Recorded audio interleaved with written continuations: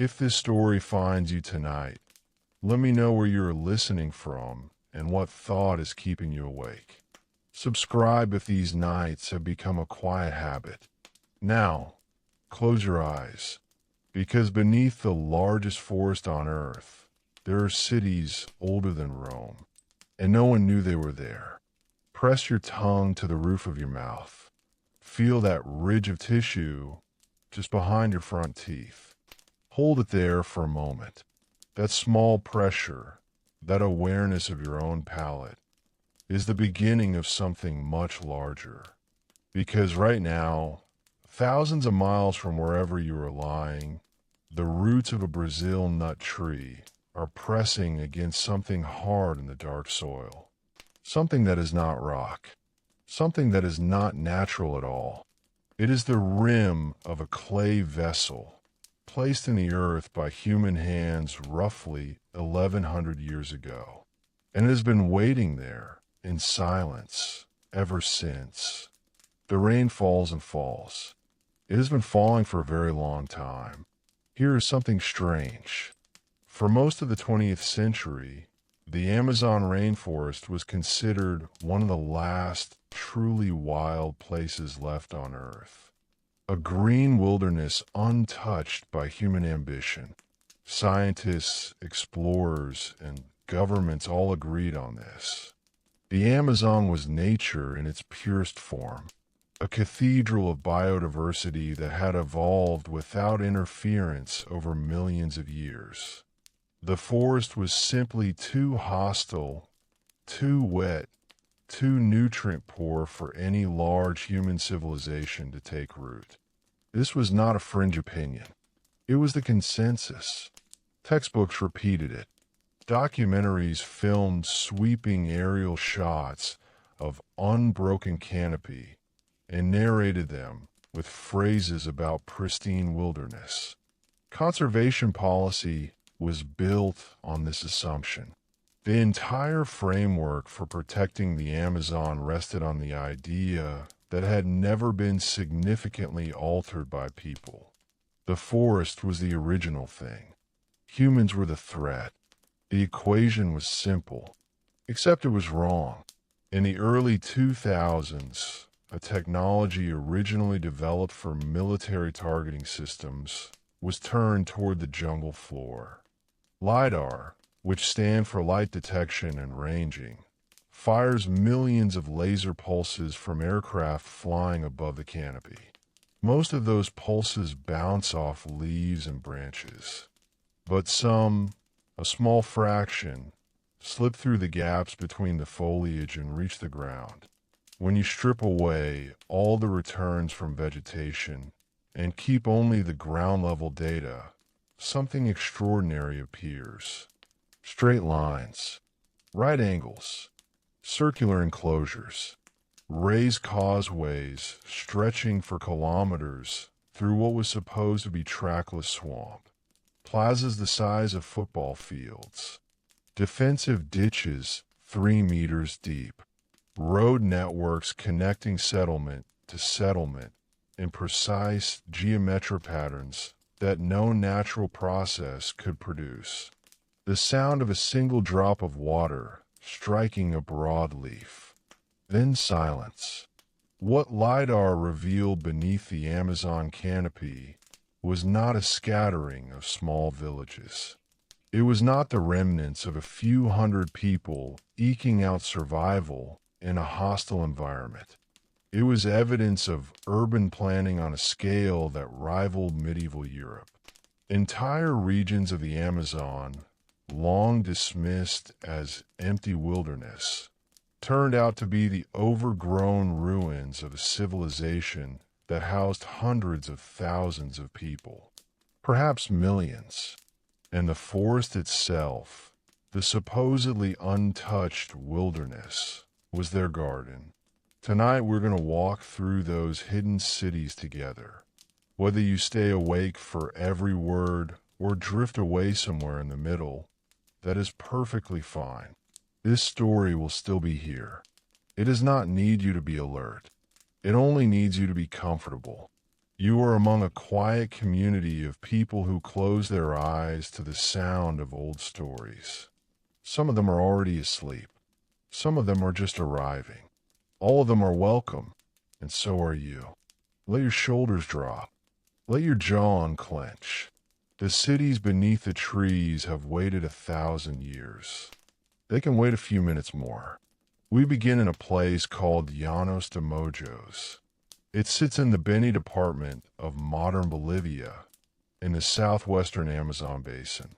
If you were standing there in the dry season, you would see flat grasslands stretching in every direction, broken by patches of forest that seem to grow on slightly raised ground. In the wet season, the rivers swell and the entire landscape becomes a shallow inland sea. Water everywhere. The air thick with the smell of wet earth and decomposing vegetation. For decades, ranchers in this region noticed something odd about the terrain. The ground was not flat, not truly. There were long, low ridges running in straight lines across the savanna. There were circular mounds that rose a meter or two above the surrounding plain. There were channels, clearly artificial, connecting one body of water to another. The ranchers called them lomas, these raised islands of dry ground. They built their homes on them because the lomas stayed above water during the floods. They did not realize they were living on top of someone else's city.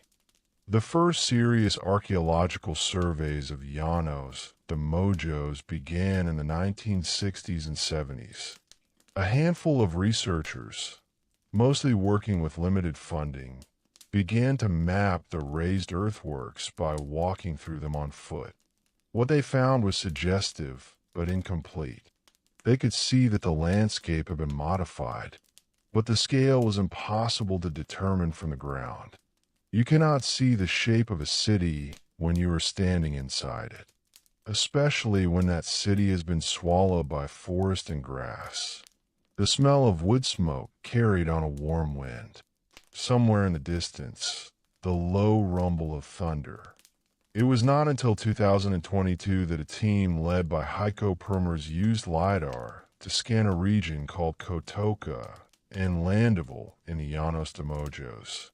The results were published in the journal Nature, and they changed the conversation permanently. Beneath the vegetation, the laser returns revealed 2 large settlement sites connected by a network of causeways and canals. The sites featured monumental platform mounds, some rising over 20 meters above the surrounding terrain. There were conical pyramids. There were U-shaped structures enclosing metropolises. There were defensive moats. The geometry was deliberate. The engineering was sophisticated, and the scale was enormous. Cotoca, the larger of the 2 sites, cover an area of approximately 300 hectares. To put that in terms your body can understand, imagine walking from one edge to the other. At a steady pace, it would take you roughly 45 minutes. You would be walking across what was once a planned urban center, with distinct civic, residential, and ceremonial zones. All of it built from earth. All of it now hidden beneath a living forest. Your breath is doing something right now that those builders understood very well. It is finding its own rhythm. It is slowing down without you telling it to. That is not weakness. That is your body remembering how to rest. The people of Cotoca knew rest. They built spaces for it. Quiet courtyards set back from the main causeways. Low platforms shaded by trees they planted deliberately. Rest was part of the design. But the Llanos de Mojos was only the beginning. Further north, in the upper Xingu region of Brazil, another LIDAR campaign was revealing something even more startling.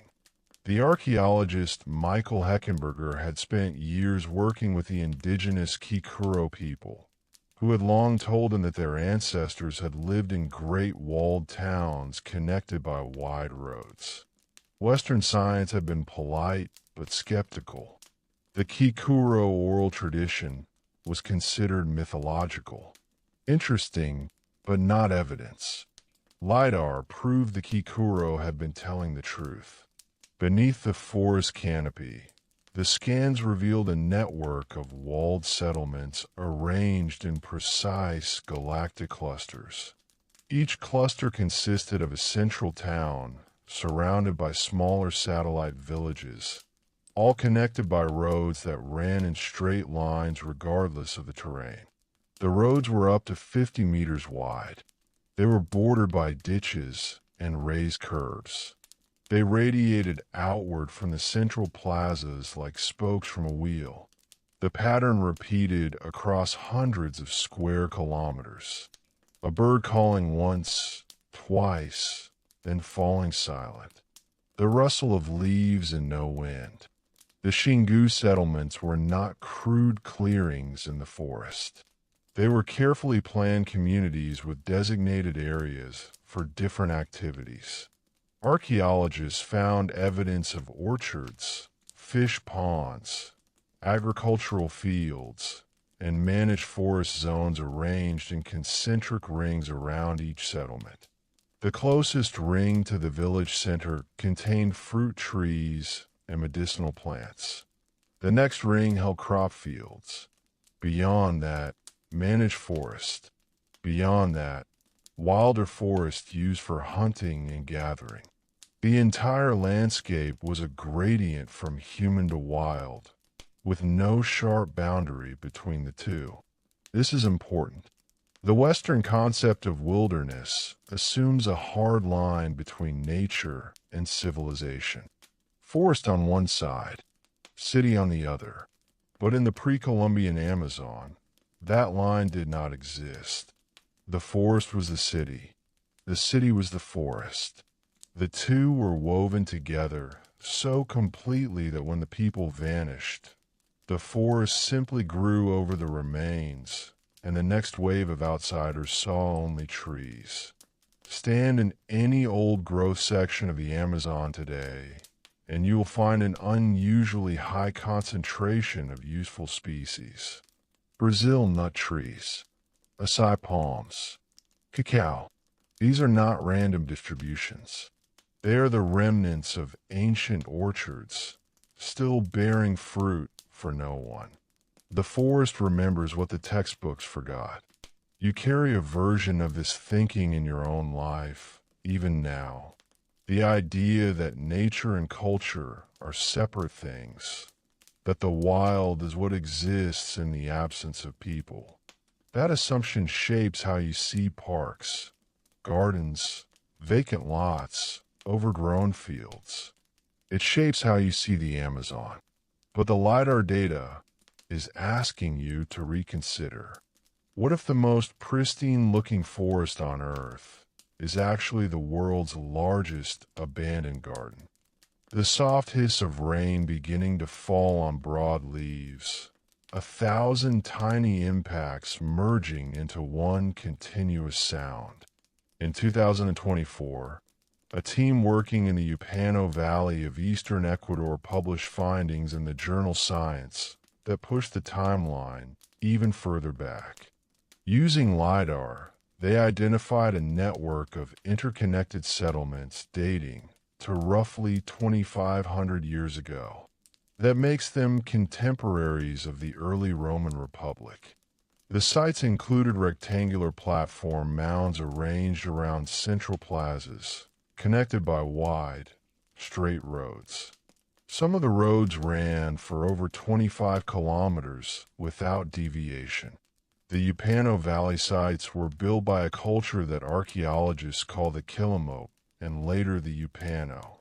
Almost nothing is known about them from the historical record because they left no written language. Everything we know comes from what they left in the ground. And what they left in the ground is geometry. Precise, repeated, intentional geometry. The same shapes appearing in the same configurations across a vast area. This is not the signature of scattered villages making independent decisions. This is the signature of a coordinated society with shared architectural standards. Think about what that means. 2,500 years ago, in a region that modern science considered uninhabitable by complex societies, people were building planned cities connected by engineered road networks. They were doing this at the same time the Greeks were debating democracy in Athens. At the same time the Chinese were constructing the first sections of their Great Walls. The Amazon was not empty. It was full. It was organized. And then, over the centuries that followed, it was forgotten. The reasons for that forgetting are a story for later. They involve disease, colonization, and the deliberate erasure of indigenous knowledge. For now, let it be enough to know that the forgetting happened, and that the forest, patient and relentless, covered the evidence so thoroughly that even satellites could not see through it. Only lasers could. Millions of tiny pulses of light, fired from aircraft, slipping between the leaves, reaching the ground, and bouncing back with the truth. Each return signal carries a coordinate. Each coordinate becomes a point. Millions of points become a surface. And that surface, stripped of every leaf and branch, reveals the ground as it truly is. Not flat, not featureless, but carved and shaped and sculpted by hands that knew exactly what they were building. But LIDAR was not finished with the Amazon. Not even close. In the acre state of western Brazil, near the border with Bolivia and Peru, researchers have been noticing strange shapes in deforested areas since the 1980s. When cattle ranchers cleared patches of forest for grazing land, the exposed ground sometimes revealed enormous geometric earthworks. Perfect circles, perfect squares, octagons, some of them 300 meters across. Ditches 4 meters deep and 11 meters wide, enclosing raised interior walls. They were called geoglyphs, and when LIDAR was finally deployed across the region, it became clear that the deforested patches had only shown a fraction of what existed. Beneath the standing forest, hundreds more geoglyphs were hiding. The current count exceeds 450 individual structures spread across a region of roughly 13,000 square kilometers. Many of them are connected by perfectly straight roads. No one knows exactly what the geoglyphs were for.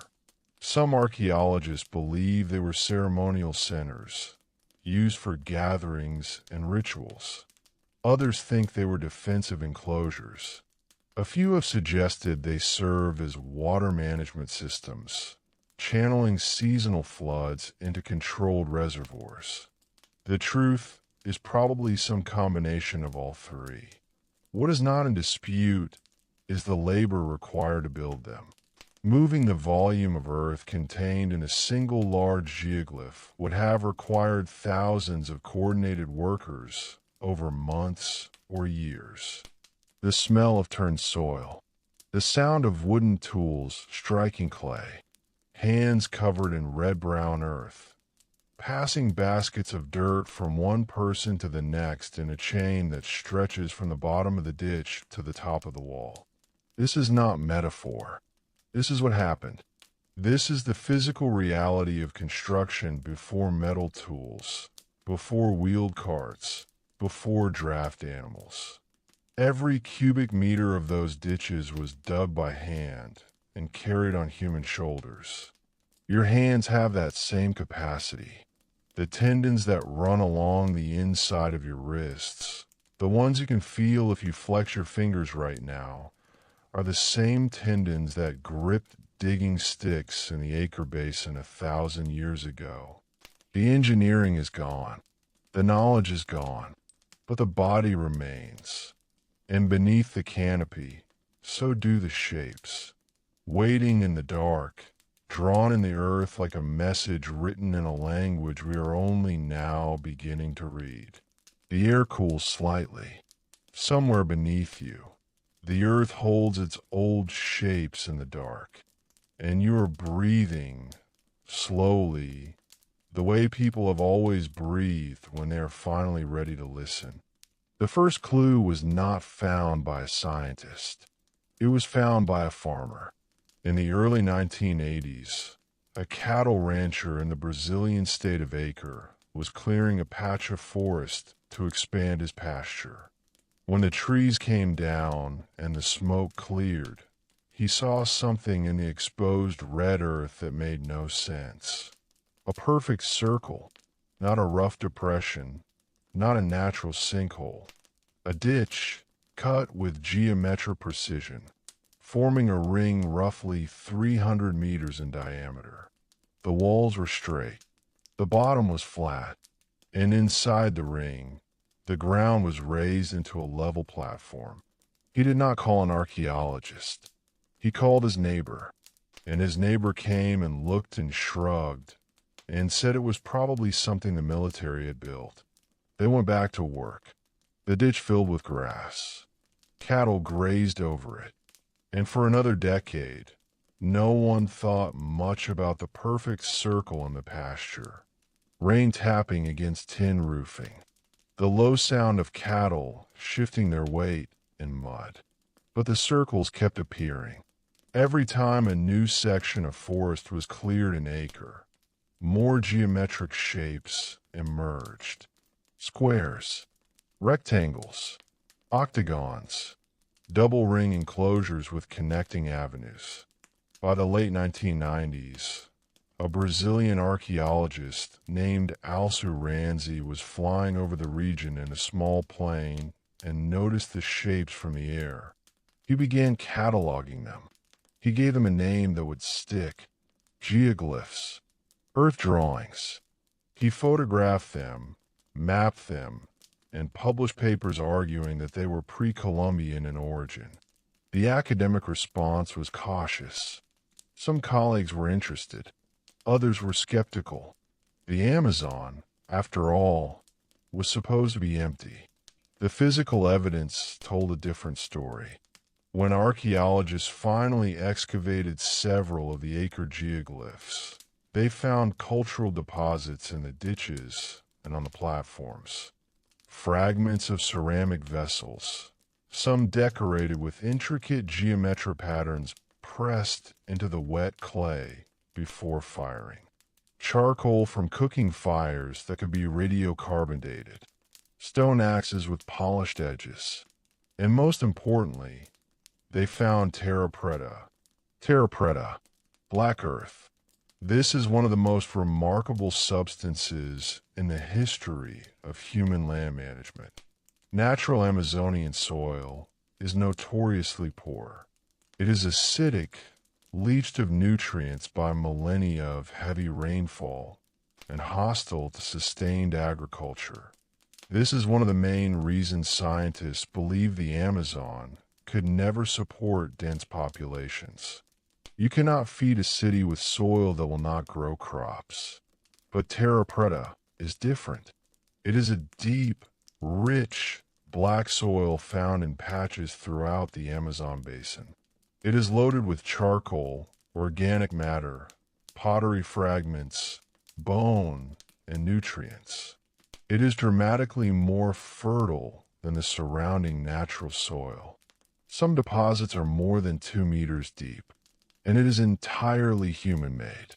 The distribution of terra preta across the basin is itself a kind of map. It marks where people lived, where they cooked, where they processed their food, where they buried their dead.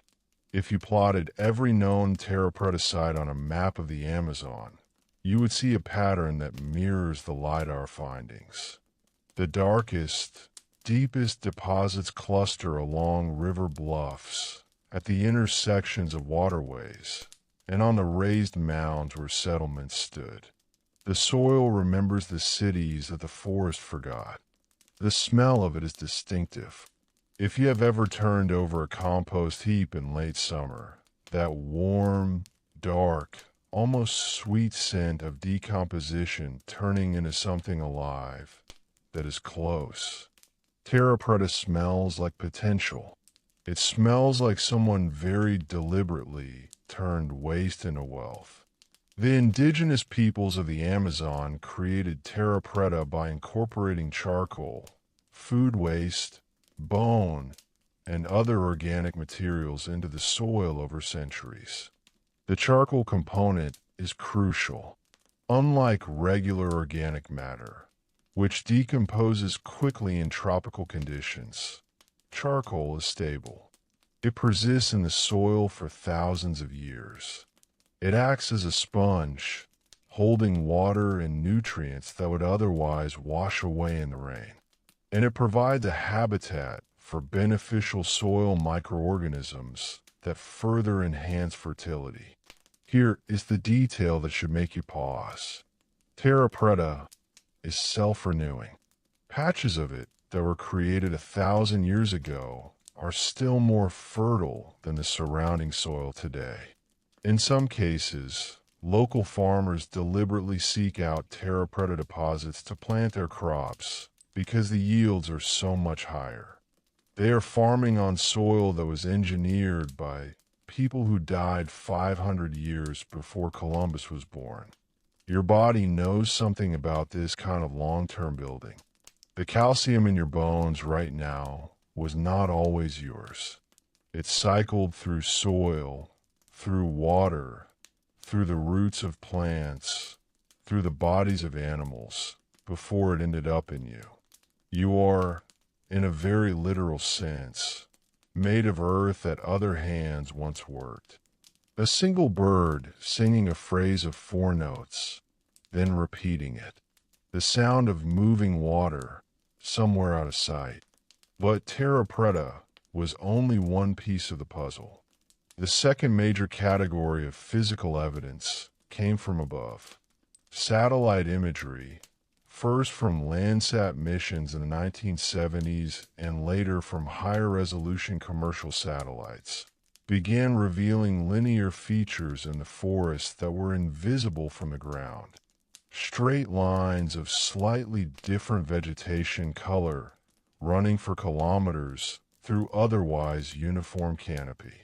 These lines corresponded to ancient roads and causeways. The vegetation growing along them was subtly different because the soil beneath them had been compacted and modified by centuries of foot traffic. Then came the airborne LIDAR surveys, and the evidence became undeniable. In 2018, a team working in the upper Tapajo region of Brazil used LIDAR to scan an area of dense, supposedly pristine forest. Beneath the canopy, they found the remains of dozens of fortified villages arranged along a network of roads. The villages featured circular plazas, defensive ditches, and raised platforms. They were spaced at remarkably regular intervals, roughly every 2.5 kilometers. The regularity suggested planning, not one village deciding where to build. Many villages coordinating their placement according to a shared spatial logic. The excavation of these sites yielded ceramics, stone tools, and organic remains. Radiocarbon dating placed the occupation between roughly 1200 and 1400 CE, the peak of the medieval warm period. The same centuries when Notre Dame was being built in Paris and the Mongol Empire was expanding across Asia. The Amazon, during those same years, was full of people building towns and connecting them with highways. But the ceramics deserve their own moment. Hold one in your mind.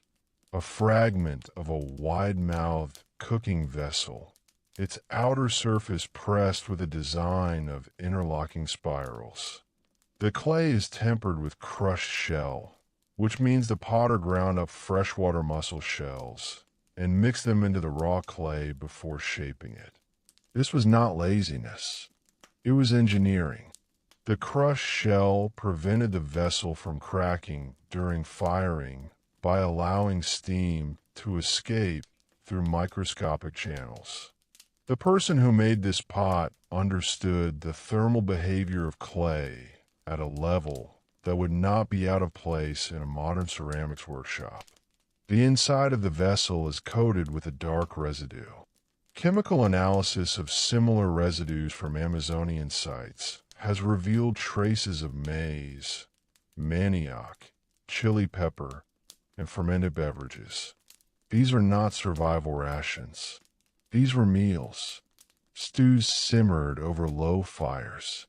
Corn beer brewed in large communal batches for gatherings and celebrations. The residue on the inside of a 1,000-year-old pot tells you that these people ate well.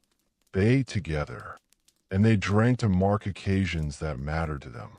The faint sweetness of wood smoke, the sound of liquid settling in a clay vessel, a small sloshing that belongs to another century.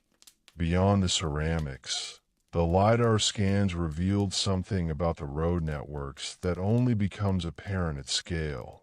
The roads were not simply paths worn into the ground by repeated walking. They were engineered structures.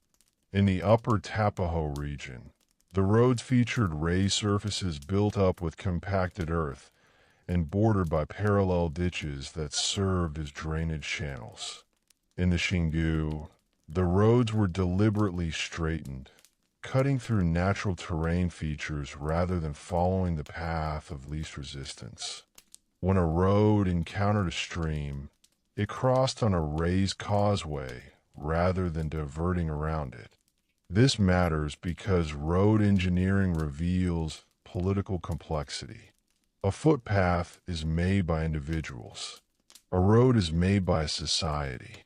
Someone had to decide where the road would go. Someone had to organize the labor to build it. Someone had to maintain it against the relentless encroachment of tropical vegetation. Roads in the tropics do not maintain themselves. Leave a cleared path in the Amazon for 5 years, and it will be waist-deep in growth. Leave it for 20, and you will not know it was ever there. The roads of the pre-Columbian Amazon were not the work of isolated villages. They were infrastructure. And infrastructure implies governance. It implies something else, too. It implies communication. Roads connect places, but they also connect people. Ideas travel along roads. Marriage partners travel along roads. Trade goods, seeds, news of floods and droughts and enemies. A road network is a nervous system. And the nervous system revealed by LIDAR across the Amazon suggests a level of regional coordination that would have required shared language, shared customs, and shared purpose. So how do you build a civilization in a place that is supposed to be uninhabitable? This is the central question that the evidence forces us to ask. And the answer requires an analogy that might seem strange at first, but stay with it. Think of a coral reef. A coral reef does not simply exist in the ocean. It creates its own ocean. The reef modifies the water chemistry around it. It changes the flow of currents. It provides shelter that attracts fish, which attract predators, which attract scavengers. The reef creates gradients of light and shade, of calm water and turbulence, of food abundance and food scarcity. An entire ecosystem organizes itself around the structure that the coral builds. Remove the coral, and the ecosystem collapses. The fish leave. The water chemistry changes. The environment reverts to something emptier, and less complex. The pre-Columbian peoples of the Amazon were coral. The forest was their reef. This is the theory that has emerged over the past 2 decades, championed by researchers like Eduardo Neves, Michael Heckenberger, and Charles Clement. It is sometimes called the cultural forest hypothesis or the domesticated Amazon hypothesis, and it argues that large portions of what we call the Amazon rainforest are not natural wilderness at all. They're the product of thousands of years of deliberate human management. The evidence is botanical. Studies of tree species composition across the Amazon have found that areas near known archaeological sites have a significantly higher proportion of useful species. Brazil nut, cacao, acai palm, rubber tree, cupuaçu, tucuma palm. These species are overrepresented compared to what random distribution would predict. In some areas, the useful species account for more than 70% of the canopy, where natural background rates would suggest 20 or 30%. The wind moving through high branches, a sound like breathing that belongs to no one. These are not wild trees that people happen to find and use. These are trees that people planted, tended, protected, and propagated over centuries. The Amazon forest, in regions of former human habitation, is an orchard that outlived its gardeners. The trees are still producing fruit. The palms are still dropping nuts. The ecosystem that organized itself around these plantings is still functioning. But the people who designed it are gone, and the scientists who came after them mistook the garden for a wilderness. The coral reef analogy runs deeper than planting. Just as coral physically builds the structure of the reef from calcium carbonate, the Amazonian peoples physically built the structure of their landscape from earth. The raised causeways served as dry pathways during seasonal floods. The canals channeled water to where it was needed and away from where it was not. The raised agricultural beds, called campos elevados, lifted planting surfaces above the waterlogged ground. The fishwares trapped protein. The terra preta enriched the soil. Every modification created a new niche, a new opportunity for both humans and other species. And just as a coral reef supports far more biodiversity than the open ocean around it, the managed Amazonian landscape may have supported far more biodiversity than the unmanaged forest. This is counterintuitive. We tend to assume that human interference reduces biodiversity, and in many cases, it does. Industrial farming destroys ecosystems. Urban sprawl eliminates habitats, but the Amazonian model was different. It was management that increased complexity rather than reducing it. More niches, more edges between different habitat types, more variety. Your body is doing something similar right now, whether you notice or not. Your gut contains roughly 38 trillion microorganisms. You did not put them there on purpose, but your diet, your habits, your environment have shaped that community over your entire lifetime. You are a managed ecosystem. Your body is a landscape that has been cultivated by forces both deliberate and accidental. The people of the Amazon simply did this at the scale of a continent.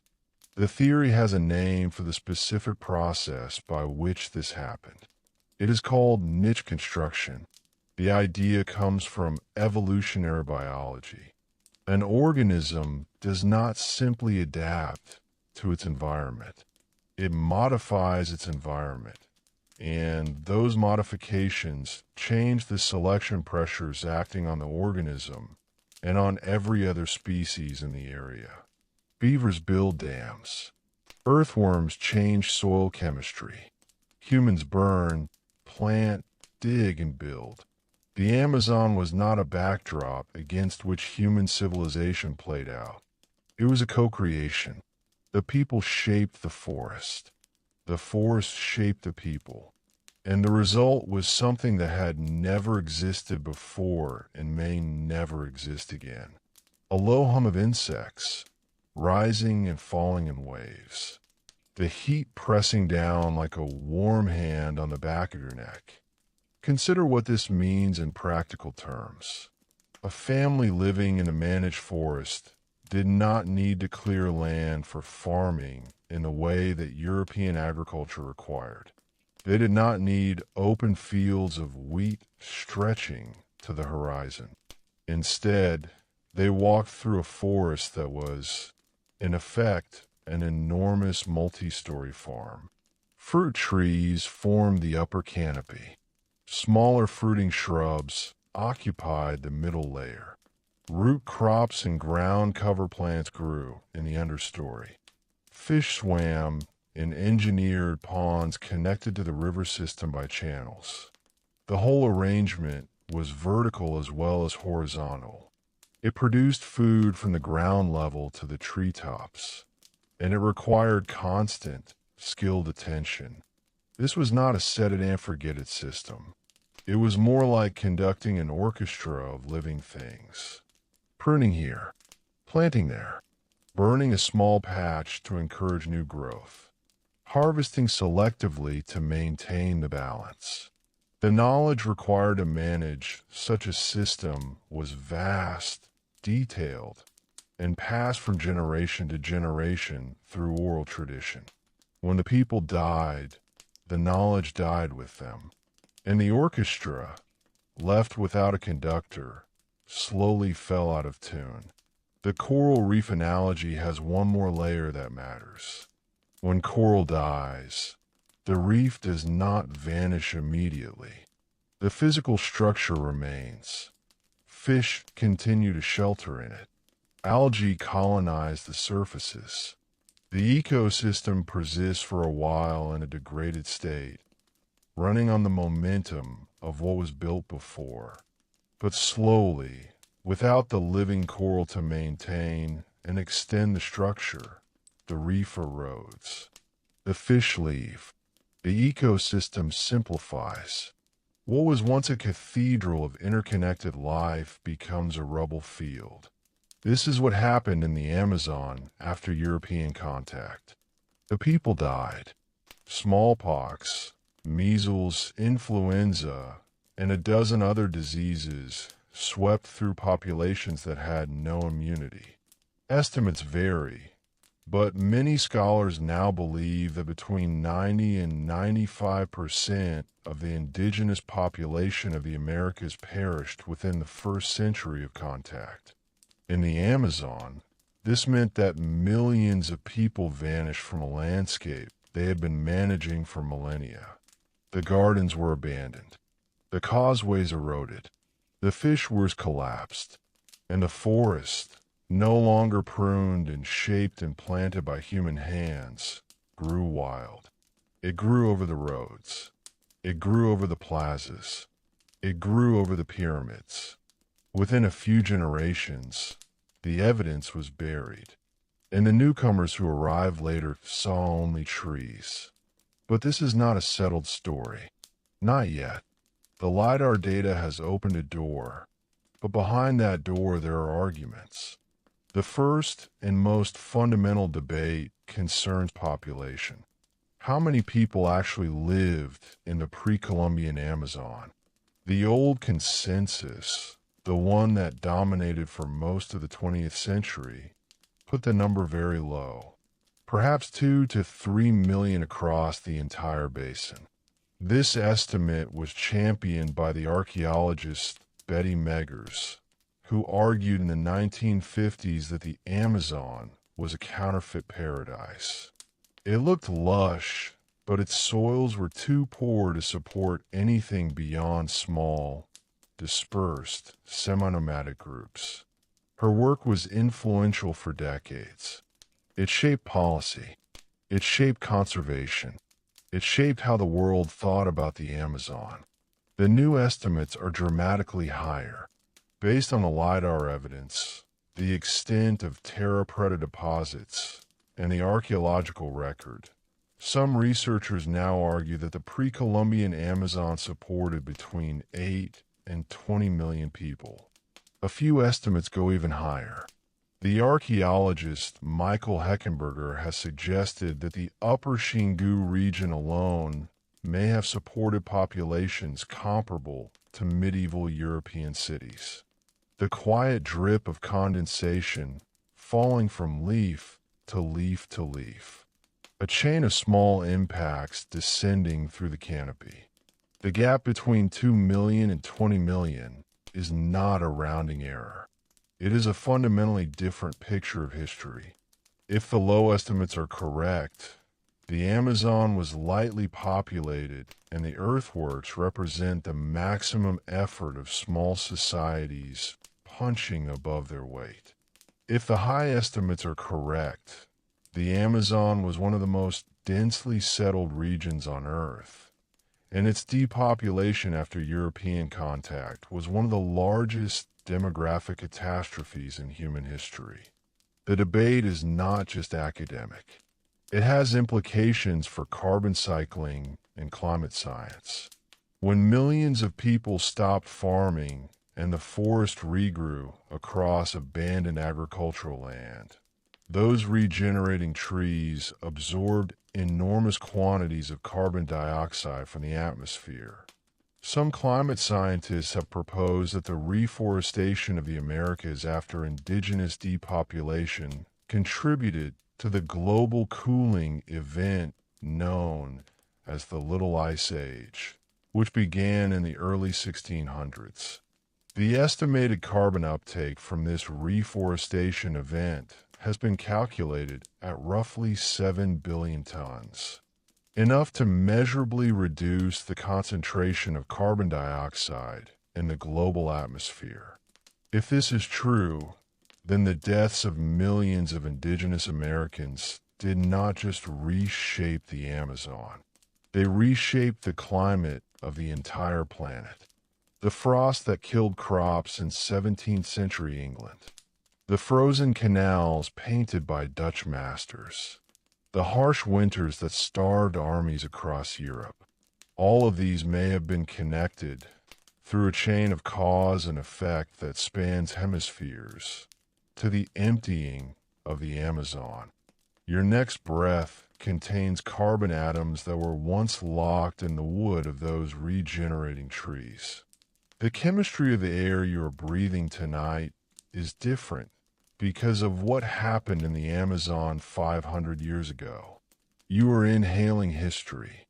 The second major debate concerns the nature of the settlements themselves. Were they truly cities in the way we understand that word? Or were they something else entirely? Western archaeology has traditionally defined cities by certain criteria. Dense, permanent populations, specialized labor, monumental architecture, social stratification, writing, markets. If you apply this checklist rigidly, the Amazonian settlements do not qualify. They had no writing. There is limited evidence of markets. The architecture, while monumental in scale, was built from earth rather than stone, which has led some scholars to dismiss it as less sophisticated. But other researchers argue that the checklist itself is the problem. It was developed based on the civilizations of Mesopotamia, Egypt, and the Mediterranean. It assumes that all complex societies must follow the same trajectory and express their complexity in the same ways.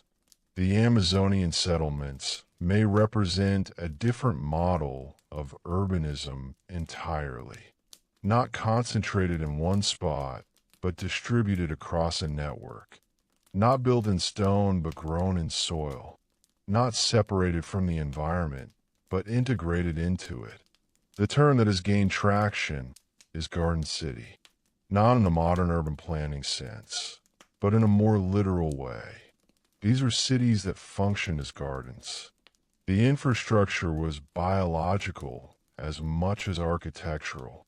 The transportation network included rivers and canals, as well as roads. The food system was embedded in the landscape rather than imported from hinterland. If you define a city as a place where large numbers of people live in organized, interdependent communities with shared infrastructure and coordinated land use, then the Amazonian settlements qualify. They were simply cities that looked like forests. This challenges something deep in the Western imagination. We picture civilization as buildings. Stone, brick, concrete, steel. Things that resist the weather. Things that endure. The idea that a civilization could be built from living things, from trees and soil and water, feels impermanent to us. It feels fragile. But consider which has lasted longer. The geoglyphs of Acre, cut from earth, have survived for 2,000 years beneath a forest that tried its best to erase them. Many stone buildings from the same era are rubble. Permanence is not always about hardness. Sometimes it is about fitting so well into the landscape that the landscape itself preserves you. A fish breaks the surface of dark water. A ring of ripples expands outward in the moonlight, widening and widening until it touches the bank and disappears. The third complication is chronological. The LIDAR data has revealed sites spanning an enormous time range. The Upano Valley sites in Ecuador date to 2,500 years ago. The Acre geoglyphs date to roughly 2,000 years ago. The Xingu settlements peaked around 1,000 years ago. The Llanos de Mojo's sites have multiple phases of occupation spanning centuries.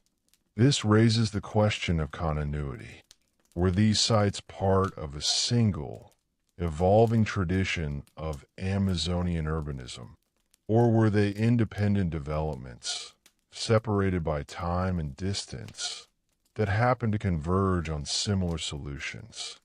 The honest answer is that we do not know yet. The LIDAR surveys have covered only a fraction of the Amazon basin. Current estimates suggest that less than 1% of the total forest area has been scanned with high-resolution LIDAR. Every new survey finds new sites. Every new excavation revises the timeline. The picture is still emerging, and it changes with each publication. There is also the problem of what has been lost to the rivers themselves. The Amazon and its tributaries are not static. They meander. They shift their courses over centuries, eroding one bank while building up another. Archaeological sites that once sat safely above the waterline may now lie beneath meters of river sediment. Others may have been washed away entirely. The evidence we have is the evidence that survived both the forest and the water. There is no way to know how much was destroyed before anyone thought to look for it. And there is the fire record. Analysis of charcoal deposits in lake sediments across the Amazon basin shows distinct peaks in burning activity that correspond to known periods of human occupation. During times of dense settlement, fires were frequent and localized, consistent with controlled agricultural burning. After the population collapse, fire frequency drops sharply. Then, centuries later, it rises again as modern settlers begin their own clearing. The charcoal record is a timeline written in ash. It confirms that the forest was managed with fire for thousands of years. And it confirms that the management stopped abruptly, catastrophically, in the 16th century. What we can say is that the pattern is widespread. From Ecuador to Bolivia, from the Atlantic coast to the Andean foothills, pre-Columbian peoples across the Amazon basin were modifying their landscape on a massive scale. The specific forms varied. The geoglyphs of Acre look nothing like the galactic settlements of Xingu. The causeways of the Llanos de Mojos are distinct from the road networks of the Upano Valley. But the underlying principle was the same everywhere. Reshape the earth, enrich the soil, plant a forest, build with water, create a world that feeds itself, and then, in the space of a century, lose it all. The loss was not gradual.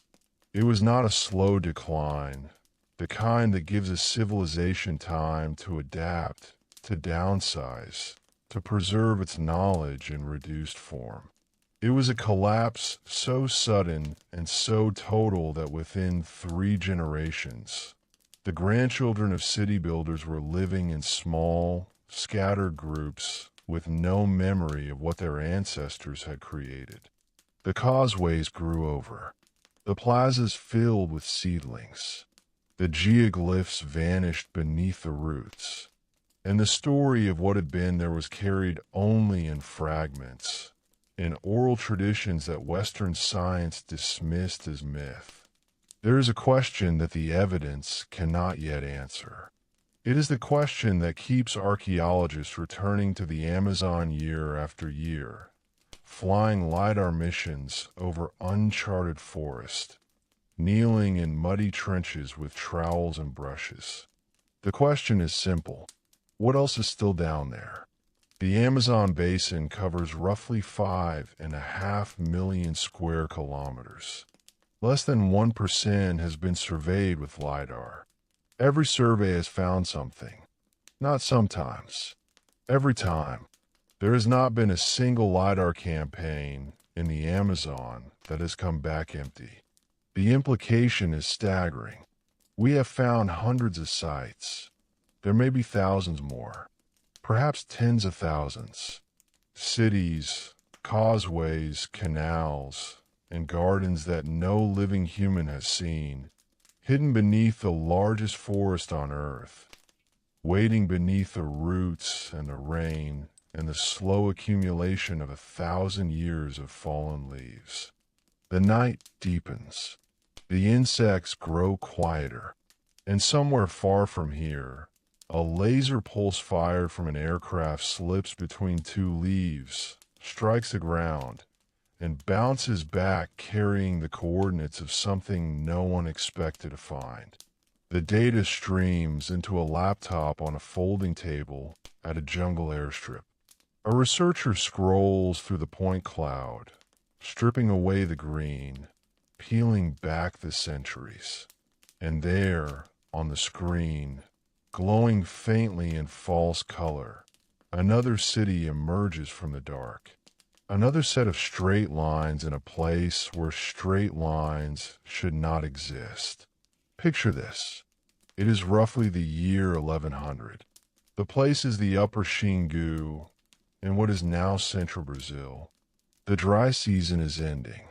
The first rains have come, soft and warm, and the rivers are beginning to rise. Dawn has not arrived yet. The sky is a deep gray blue, the color of wet slate. The air smells of damp earth and the faint sweetness of fermenting fruit that fell from the trees during the night. A woman wakes in a hammock. The hammock is woven from palm fiber, slung between 2 posts inside a long oval house made of thatch and wooden poles. She does not open her eyes immediately. She listens first. This is how people have always woken in places where the forest is close. You listen before you look. You let your ears map the world before your eyes confirm it. She hears the low murmur of the river, 100 paces from the house. She hears a parrot somewhere in the canopy, repeating its two-note call. She hears the soft breathing of the other people in the house, perhaps 20 of them, still asleep in their hammocks. She hears the crack of an ember shifting in the fire pit at the center of the floor. The fire has burned down to coals during the night, but it is not out. It is never out. Someone always feeds it before they sleep. The warmth of those coals reaches her across the packed earth floor, not as heat exactly, but as a presence. The way you can feel that a room is occupied even before you see anyone in it. The fire is a companion. It has been burning in this house for longer than anyone alive can remember. She swings her legs out of the hammock and her bare feet touch the floor. The earth is cool and smooth, packed hard by generations of feet walking the same paths.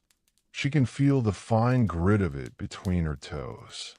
This is a sensation your body knows. You have felt cool earth under bare feet, even if it was only in a garden or on a beach. The nerve endings in your soles are the same ones she used. The same architecture of skin and pressure receptors, unchanged across 1,000 years. A rooster crows. No, wait, there are no roosters here. Chickens arrived with the Europeans centuries later. The sound that marks the coming dawn is different. It is the howler monkeys. They begin deep in the forest, a sound that starts as a low rumble, like distant thunder, and builds into a roar that carries for kilometers through the canopy. It is not a beautiful sound. It is raw and guttural and enormous, but it is as reliable as any clock. When the howlers call, the sun is coming. The gray light seeping through the thatch walls shifts toward amber. The woman crosses the floor to the entrance of the house and steps outside. The village is arranged in a circle. 10 large oval houses, each housing an extended family of 15 to 30 people, spaced evenly around a central plaza. The plaza is swept clean. Not a leaf, not a twig. This is deliberate. The plaza is ceremonial space, social space, political space. It is kept as bare as a threshing floor. The red-brown earth of it is smooth and hard, polished by bare feet and rain. Beyond the houses, she can see the first ring of the managed landscape. Fruit trees, planted in deliberate rows. Peaky trees with their spiny yellow fruit. Mangaba trees with bark that bleeds white latex when cut. Buriti palms standing tall and straight, their fan-shaped leaves catching the first light. These trees were not wild when they were planted, and they are not wild now. They are tended, pruned, protected from competing vegetation. They are as much a part of the village infrastructure as the houses themselves. Further out, beyond the orchard ring, she can see the darker green of the managed forest. This is where the taller canopy trees grow, the ones that provide construction timber, firewood, resins, and dyes. These trees were not planted in rows. They were encouraged. Competing species were removed. Useful species were protected and propagated. The result looks wild to an untrained eye, but to this woman, it is as legible as a pantry. She knows where the copal resin trees grow, the ones whose hardened sap burns with a clean, bright flame and a smell like incense. She knows where the jenipap trees stand, the ones whose unripe fruit produces a blue-black dye that stains skin for weeks. The forest is not wilderness to her. It is a library, a pharmacy, a hardware store, and a cathedral, all woven together into a single living structure. The mist is rising from the river. It moves between the tree trunks like something alive, slow and purposeful, carrying the smell of water and mud and green growth. The woman breathes it in. You're breathing right now, too. Your lungs are filling and emptying in the same rhythm.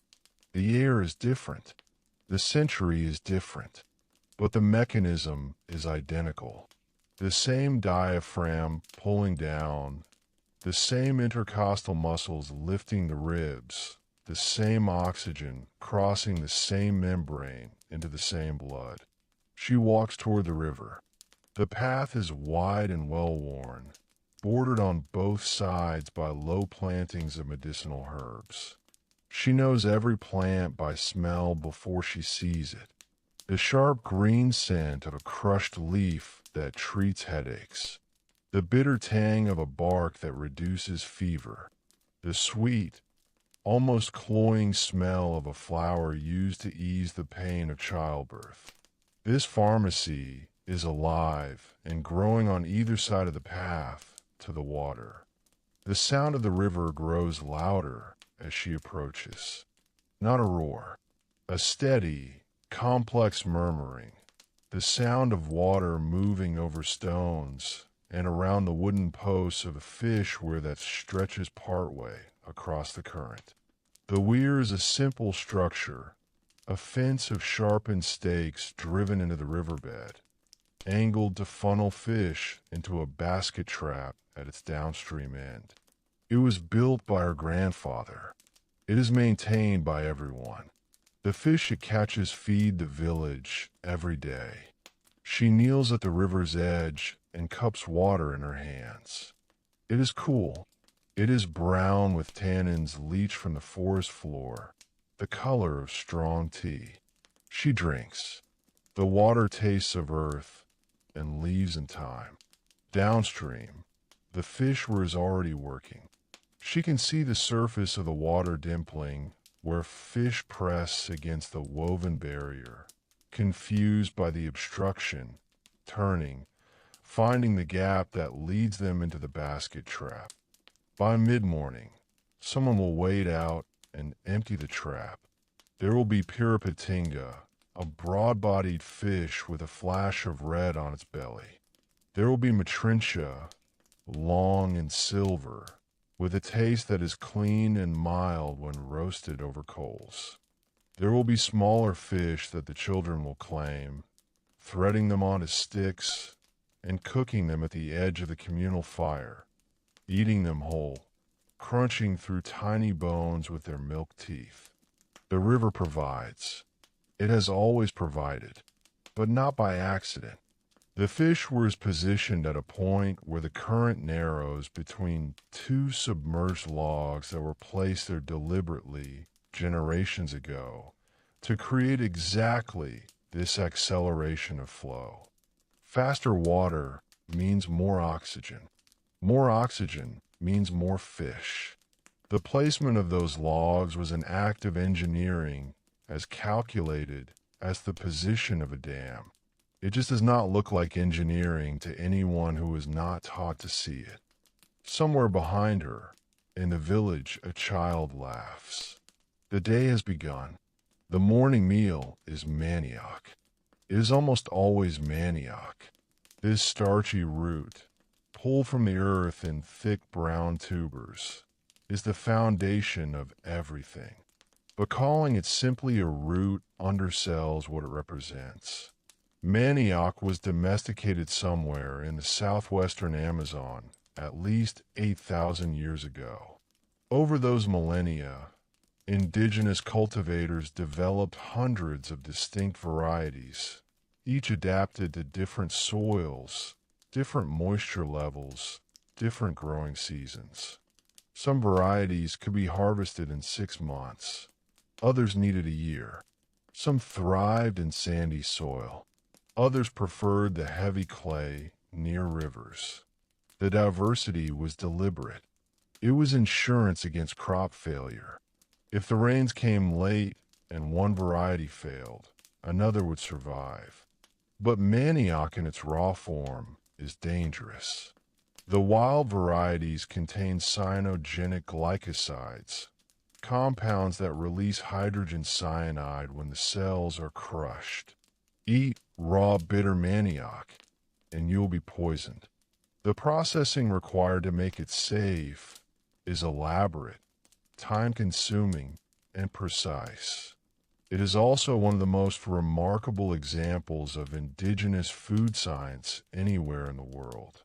The woman joins a group of 4 others at the processing area behind one of the houses. The tubers were harvested yesterday and have been soaking in the river overnight. Now they are peeled with sharp-edged shell scrapers, the brown skin curling away to reveal the white flesh beneath. The peeled tubers are grated on a board embedded with small stone chips, the rough surface tearing the flesh into a wet pulp. This pulp is then loaded into a long, woven tube called a tipitai. The tipitai is a work of engineering disguised as a basket.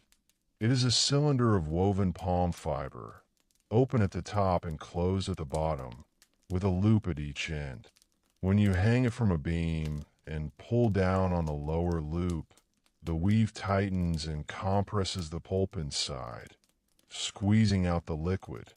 The liquid contains the cyanide. It drains away into a clay vessel below, where it will be boiled to break down the toxins and reduced into a thick sauce called Canopy. Nothing is wasted.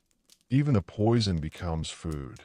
The dry pulp that remains in the tipitai is spread on a large, flat clay griddle called a LIDAR, set over a low fire. The woman tends it with a flat wooden paddle, spreading the pulp into a thin, even layer. As the heat works through it, the starch granules burst and bind together. The pulp becomes a flatbread, crisp on the outside, slightly chewy within. It will keep for days without spoiling. It can be carried on long journeys. It can be stored for the lean months. The smell of manioc toasting on the griddle, starchy and warm, with a faint nuttiness, like popcorn just before it burns. The sound of the fire popping beneath the clay surface. The feeling of heat rising against the skin of her forearms as she leans over the griddle. This process, from raw toxic root to safe, storable bread, involves at least 7 distinct steps. Each step requires specific knowledge. Which varieties to plant, when to harvest, how long to soak, how fine to grate, how tight to squeeze, how hot to cook, how long to toast. Get any of these wrong, and the food is either poisonous or inedible. This knowledge was not written down. It was taught by doing, passed from mothers to daughters, from aunts to nieces, for hundreds of generations. It was refined through trial and error over thousands of years. And it worked so well that manioc became the staple food for millions of people across the tropical Americas. Your breakfast this morning, whatever it was, also rested on a chain of accumulated knowledge stretching back further than you can trace. Someone learned to grind grain. Someone learned to control fire. Someone learned that certain seeds, if planted at the right time, would grow into food. You are the inheritor of 10,000 years of kitchen experiments. So was she. While the manioc bread cooks, the children are at the river, not playing, or not only playing, they are learning. A boy of perhaps 8 is standing waist deep in the shallows, perfectly still, a short spear raised above his right shoulder. He is watching the water. He has been watching the water for a long time.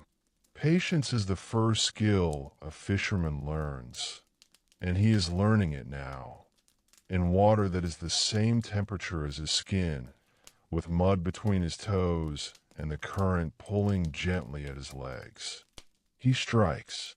The spear flashes down and comes up with a small fish wriggling on its point. He grins. An older boy standing nearby nods once and says nothing. The teaching is in the nod. The praise is in the silence. This is how skill is transmitted in a world without schools. You watch, you try, you fail, you try again, and when you succeed, someone who has already mastered the skill acknowledges it with the smallest possible gesture. A blue morpho butterfly crosses the plaza, its wings catching the light in flashes of iridescent blue, so vivid it looks artificial. It lands on the swept earth for a moment, opens and closes its wings twice, and lifts away. In another house, an old man is making a bow. He has been making this particular bow for 3 weeks. The wood is from the pau d'arco tree, dense and flexible, with a natural resistance to splitting. He selected the branch himself, months ago, from a tree he has known since childhood. He has been shaping it slowly, scraping away thin curls of wood with a piranha jaw, the natural teeth serving as a rasp. The bow is not straight. It has a subtle double curve, reflexed at the tips, that stores more energy than a simple arc. This design was not invented. It was evolved over generations of makers, each one adjusting the curve by fractions, testing, breaking, starting again. The old man's hands are scarred and calloused. His fingernails are short and cracked. His knuckles are swollen with arthritis. But the bow taking shape under those hands is precise. The taper from grip to tip is mathematically consistent. The thickness varies to distribute stress evenly along the limbs. He does not know the word for engineering, but he is an engineer. His medium is wood instead of steel. His calculations are stored in muscle memory instead of equations. The result is a tool that can drive an arrow through the ribcage of a tapir at 30 meters. He tests the draw by pulling the string back to his ear. The wood bends smoothly, without protest. He releases it. The string hums a single note that fades into the warm air. The sound of the bowstring, a clean, tight note hanging in the humidity, then gone. Nearby, 2 women are weaving hammocks. The fiber comes from the buriti palm, the same tall palms that line the outer ring of the village. The fronds are cut, stripped, and the long fibers extracted by hand, rolled against the thigh into strong cordage. The weaving pattern is tight and regular, producing a fabric that is both strong enough to hold a sleeping adult and open enough to allow air to circulate in the heat. A good hammock takes weeks to make. A good hammock lasts years. In a climate where sleeping on the ground means sleeping with insects, scorpions, and snakes, the hammock is not a luxury. It is a survival technology. The women talk while they work. Their conversation is quiet, rhythmic, punctuated by the soft sound of fiber sliding through fingers. They are discussing the upcoming ceremony. Who will dance? What songs will be sung? Whether the rains will hold off long enough for the fires to burn properly in the plaza. This is not idle gossip. Ceremony is governance here. The dances establish hierarchy. The songs encode history. The gathering of multiple villages for a shared ritual reinforces the alliances that hold the network together. Planning a ceremony is planning the political and social architecture of the region. In the plaza, a group of men are preparing body paint for a ceremony that will take place at dusk. The pigment is made from the seeds of the Urucum plant, ground into a fine red paste, and mixed with oil pressed from babasu nuts. Red is the color of vitality, of health, of connection to the spiritual world. The men apply to each other's skin in patterns that identify clan, status, and personal achievement. The patterns are not decorative in the way a modern tattoo is decorative. They are language. They say things about the wearer that words would take too long to express. The feel of the paste on skin, oily and cool at first, then drying to a smooth matte finish that tightens slightly as it sets.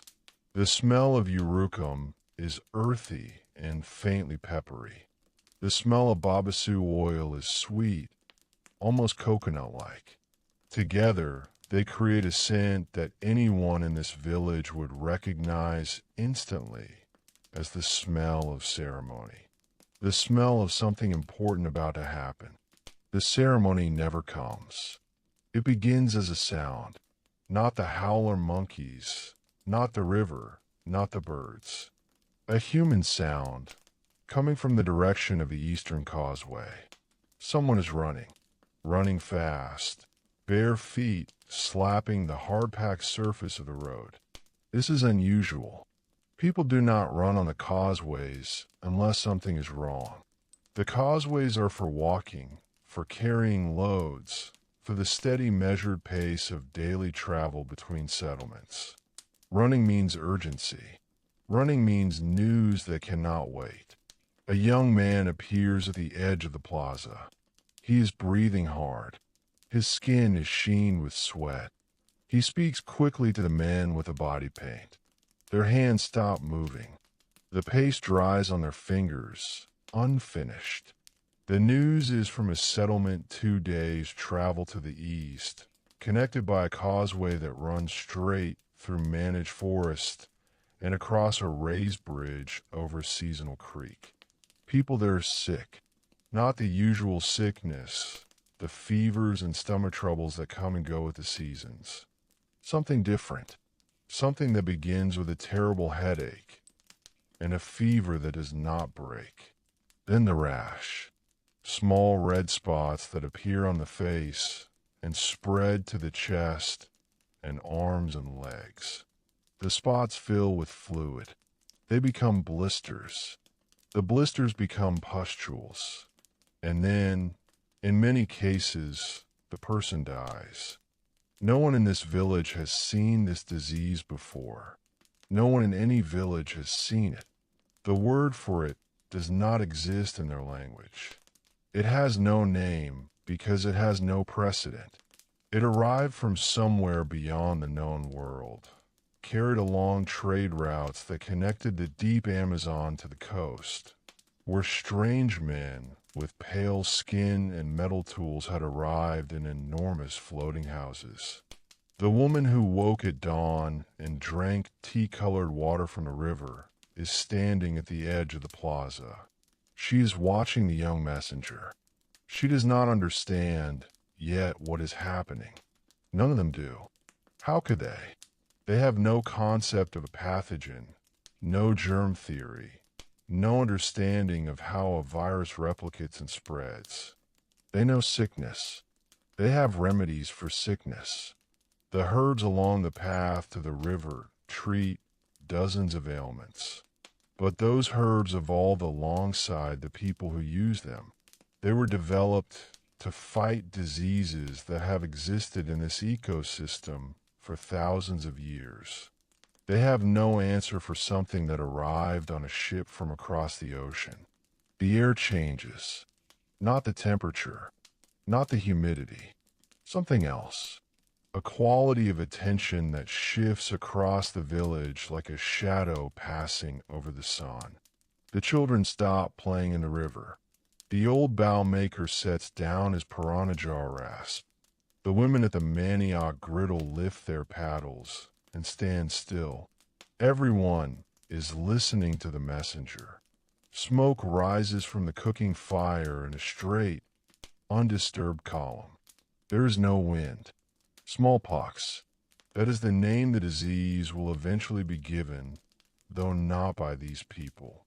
Variola major, a virus so efficient at transmission that a single infected person entering a community with no prior exposure could trigger a chain of infection that reached every member within weeks. The mortality rate among immunologically naive populations was catastrophic. Estimates range from 30 to 90%, depending on the strain and the conditions. In some communities, it killed everyone. In others, it killed so many that the survivors could not maintain the agricultural systems, the fish weirs, the causeways, the ceremonies that held the social fabric together.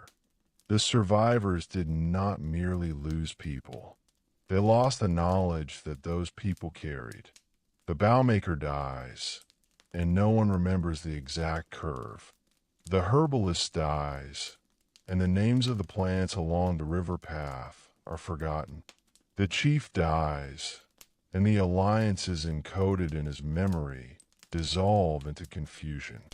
The people of the Xingu had no antibodies, no inherited resistance, no cultural memory of how to manage an epidemic of this magnitude. Their medicine was sophisticated and effective for the threats they knew. But this was a threat from another world, carried by people from another hemisphere, whose own ancestors had survived smallpox centuries earlier and had passed down the immunological memory in their blood. Your blood carries those same memories. If your ancestors were European, Asian, or African, your immune system has been shaped by thousands of years of exposure to diseases like smallpox, measles, and influenza. You carry antibodies and genetic adaptations that were purchased with the lives of millions of your forebears who died from those diseases so that their descendants could survive. The people of the Xingu had their own ancestral immunities, hard-won over millennia. But they were immunities to Amazonian diseases, not to European ones. The unfairness of it is not a moral judgment. It is a biological fact. Two populations, separated by an ocean for 15,000 years, develop resistance to different pathogens. When they met, the exchange was devastatingly one-sided. The Europeans brought smallpox, measles, influenza, typhus, and plague. The Amazonians had no equivalent arsenal to send back. Their diseases were tropical, parasitic, slow. They killed over years, not weeks. They did not travel well in cold climates. The biological warfare, though no one intended it as such, moved almost entirely in one direction. And it moved fast, faster than the Europeans themselves. Smallpox could travel along trade networks, passing from village to village, outrunning the physical advance of the colonizers by decades. Communities deep in the interior of the Amazon, who had never seen a European face, were struck by European diseases carried by indigenous traders who had contacted infected populations on the coast. The virus did not need ships. It only needed people, and the causeways and road networks that connected the great Amazonian settlements. Those marvels of engineering and cooperation became the highways of the epidemic. The messenger finishes speaking. There is a silence in the plaza that is different from the usual silences of the forest. The usual silences are full of insects, full of birds, full of the low, constant hum of a living ecosystem. This silence is empty. It is the silence of people absorbing information that does not fit into any category they possess. The woman walks back to her house. She passes the guard on the path. She passes the fish on the river. She passes the manioc griddle, where the last flatbread is curling at its edges in the residual heat.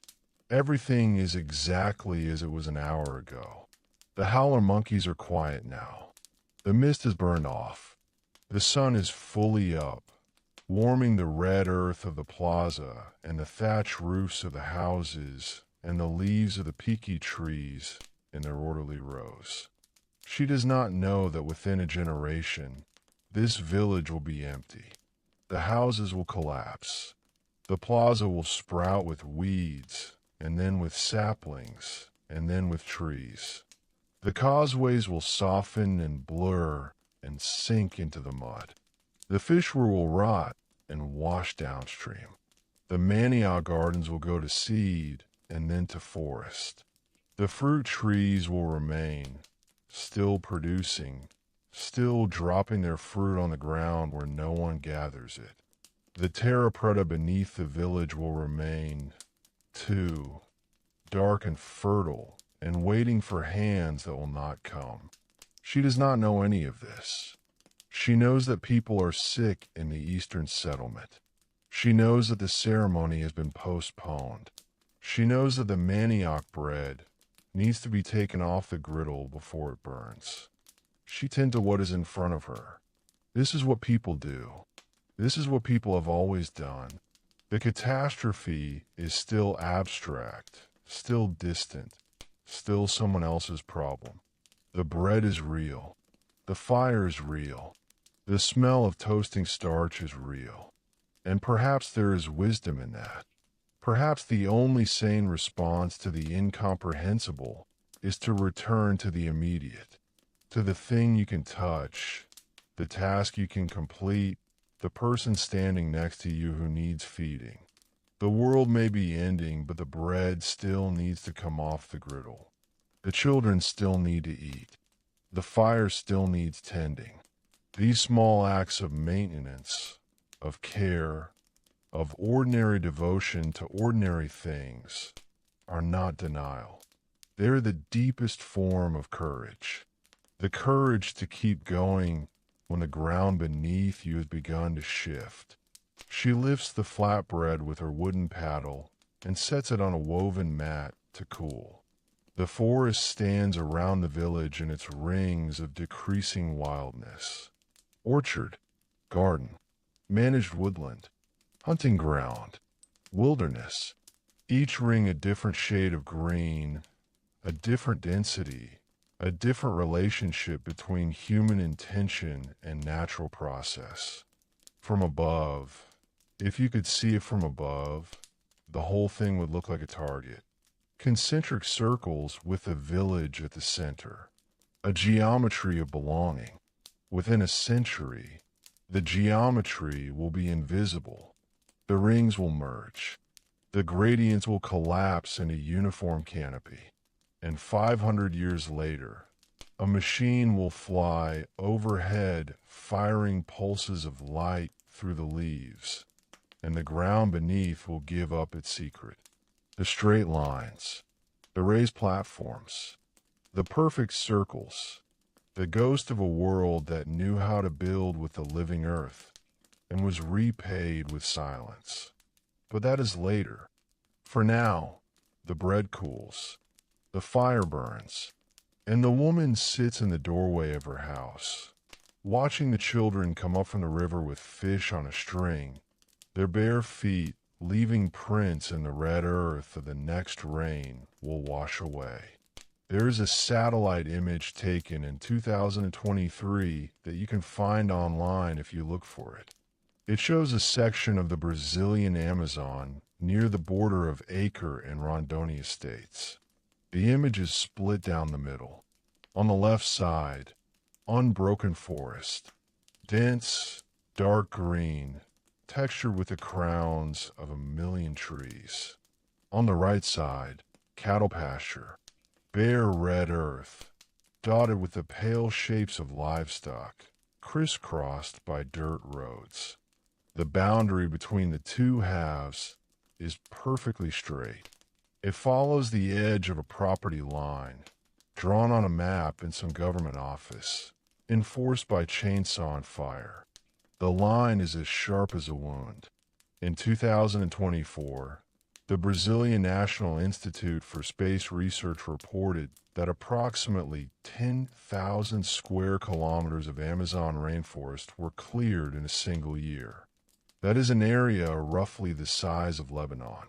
Some of it was cleared for cattle ranching, some for soybean cultivation, some for illegal logging, some for mining. The methods varied, but the result was the same. Forest replaced by something else. Canopy replaced by sky. Complexity replaced by simplicity. Here is the echo. 1,000 years ago, the people of the Amazon built a civilization by adding complexity to the forest. They planted useful trees among wild ones. They enriched the soil with charcoal and organic matter. They created gradients between the fully managed and the fully wild.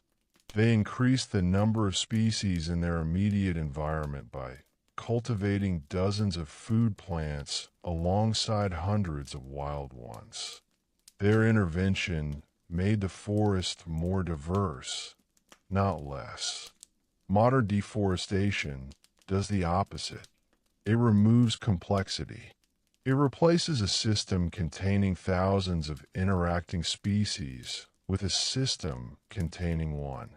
A soybean field is a monoculture. A cattle pasture is a monoculture.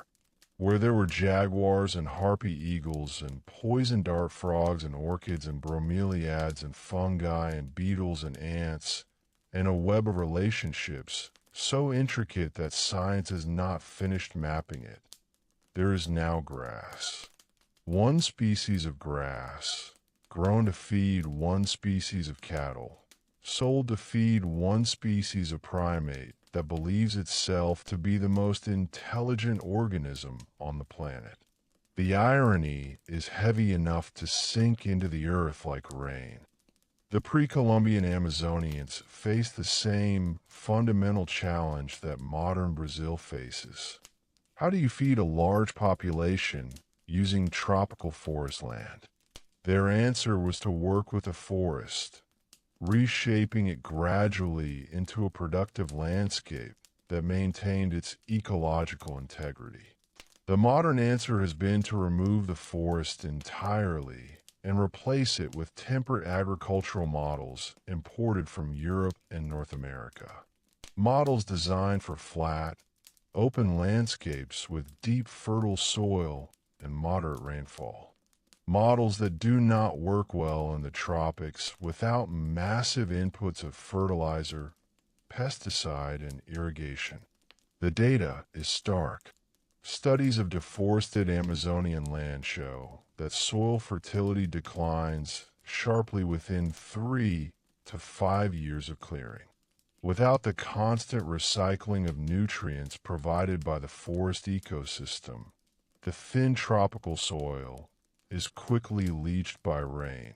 Farmers respond by applying synthetic fertilizer, which runs off into waterways and creates dead zones downstream. Or they abandon the exhausted land and clear a new section of forest. The cycle repeats. Clear, farm, exhaust, abandon, clear again. It is a pattern that ecologists call slash and burn on an industrial scale. The numbers are difficult to hold in the mind. Since 1970, approximately 17% of the Amazon rainforest has been destroyed. That is an area larger than France. The rate of loss accelerates and decelerates with political and economic cycles. But the overall trend line moves in one direction. Less forest, less complexity, less of the ecological infrastructure that took thousands of years, both human and natural, to build. And there's a threshold. Climate scientists warn that if deforestation crosses roughly 20 to 25% of the original forest cover, the Amazon may pass a tipping point beyond which it can no longer generate enough rainfall to sustain itself. The forest creates its own weather. The trees release moisture through transpiration, which forms clouds, which produce rain, which feeds the trees. Remove enough trees, and the cycle breaks. The remaining forest dries out. fires become more frequent. More trees die. More drying occurs. The system flips from rainforest to savanna. Not gradually, not reversibly, permanently, on any timescale that matters to human civilization. The terra preta, created by indigenous peoples 1,000 years ago, is still fertile today. The soybean field cleared last decade will be barren within a generation. The comparison is not subtle. A warm wind moves through the room where you are lying. Or maybe it is the memory of wind. Either way, let it pass over you. But the echo extends beyond agriculture. Consider infrastructure. The pre-Columbian causeways of the Llanos de Mojos were built to manage water. They channeled floods, connected settlements, and created dry pathways through seasonally inundated landscapes. They worked with the hydrology of the region rather than against it. Modern infrastructure in the Amazon often does the opposite. Roads are built through floodplains without adequate drainage. Dams block fish migration routes that indigenous communities depended on for protein. Highways fragment continuous forest into isolated patches too small to support viable populations of large mammals. The BR 163, a highway that runs from the soybean heartland of Mato Grosso to the Amazon river port of Santarém, is a case study in unintended consequences. When the road was paved in the 2000s, deforestation along its corridor accelerated dramatically. The road made previously inaccessible forest economically viable to clear. Satellite data shows a fishbone pattern of deforestation spreading outward from the highway, each rib a side road leading to a new clearing. The pattern is visible from space. It looks like a skeleton pressed into the green flesh of the forest. The ancient road networks visible in LIDAR scans do not show this pattern. There is no fishbone of destruction spreading outward from the causeways. The roads connected settlements that were embedded within the forest, not settlements that had replaced it. The roads were part of the ecosystem, not an assault on it. This is not to romanticize the past or to claim that indigenous land use had no environmental impact. It did. Fire was used extensively. Species were selectively favored and others suppressed. The forest was altered, but it was altered in a direction that maintained its fundamental character as a forest. It remained a complex, multi-layered, biodiverse system, just one that happened to also feed millions of people. There is a number that makes this contrast concrete. In 2021, a study published in the Proceedings of the National Academy of Sciences analyzed deforestation rates across the Amazon and found that indigenous territories had a deforestation rate of roughly 1 to 2%, compared to 20 to 40% in unprotected areas. The forest survives where indigenous management persists. It dies where that management has been replaced by industrial extraction. The data is not ambiguous.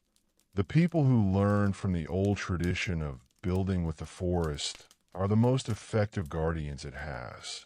And yet those same people are under pressure.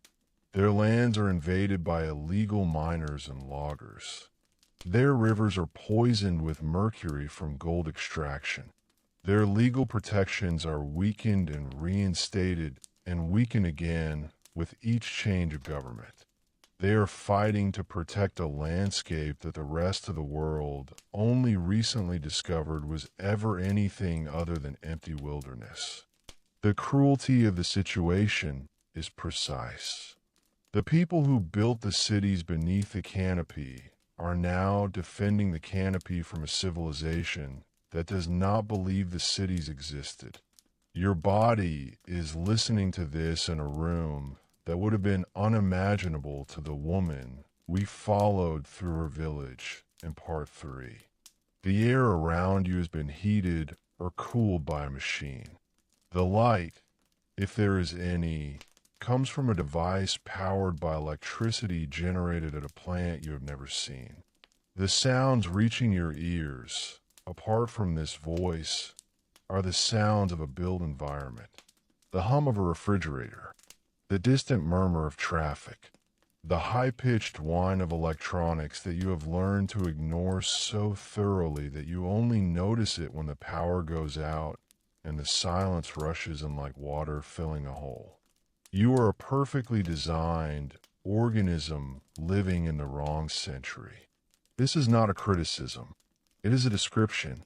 Your body was shaped by natural selection, operating over roughly 300,000 years of Homo sapiens existence, and millions of years of hominin evolution before that. The vast majority of that time was spent in small groups, living outdoors, eating food that was hunted or gathered or grown in small-scale gardens, sleeping when it was dark, waking when it was light, moving constantly, resting when the body demanded it. Your nervous system is calibrated for that world. Your stress response, the fight or flight cascade of adrenaline and cortisol, evolved to deal with acute physical threats. A predator, a rival, a storm. It was designed to spike hard, drive immediate action, and then subside. It was not designed to remain elevated for weeks at a time in response to email notifications, mortgage payments, and 24-hour news cycles. Your sleep architecture is calibrated for that world, too. The human circadian rhythm is entrained by natural light, specifically by the blue wavelengths present in daylight and absent after sunset. For 300,000 years, the onset of darkness meant the onset of sleep, modulated only by firelight, which is warm spectrum and does not suppress melatonin. Now you carry a device in your pocket that emits blue light directly into your retinas at 11 o'clock at night. Your pineal gland, the tiny structure in your brain that produces melatonin, does not know that the light is coming from a phone. It thinks the sun is still up, so it does not release melatonin. And you lie awake, wondering why you cannot sleep in a body that is functioning exactly as designed. It is the environment that is wrong, not the body. The woman in the Xingu village slept in a hammock, in a house with no walls below the roofline, in air that smelled of wood smoke and river water. She fell asleep to the sound of insects and woke to the sound of howler monkeys. Her circadian rhythm was synchronized with the planet's rotation in a way that yours almost certainly is not. This does not make her life better than yours. It makes her life aligned in a way that yours is not. The misalignment is not your fault. You did not choose to be born into a world of artificial light and processed food and constant digital stimulation. But the misalignment is real, and your body registers it as stress, as insomnia, as a low-grade unease that you may have come to accept as normal. It is not normal. It is new, profoundly, historically new. The mismatch extends to food. Your digestive system evolved to process a diet of wild plants, lean game, insects, fish, tubers, nuts, seeds, and seasonal fruit. The caloric density of this diet was low. You had to eat a lot of it to get enough energy. Your body responded by developing a strong preference for calorie-dense foods, particularly those containing sugar and fat, because encountering them in the wild was rare, and consuming them, when available, was a survival advantage. Now you live in an environment where calorie-dense food is not rare. It is everywhere. It is the default. The sugar and fat that your ancestors encountered once a week in the form of a honeycomb or a fatty cut of game, you can now access in unlimited quantities at any hour of the day or night. Your body's ancient preference for these foods has not changed, but the environment has changed so drastically that the preference, once adaptive, has become pathological. The same craving that kept your ancestors alive is now contributing to an epidemic of metabolic disease.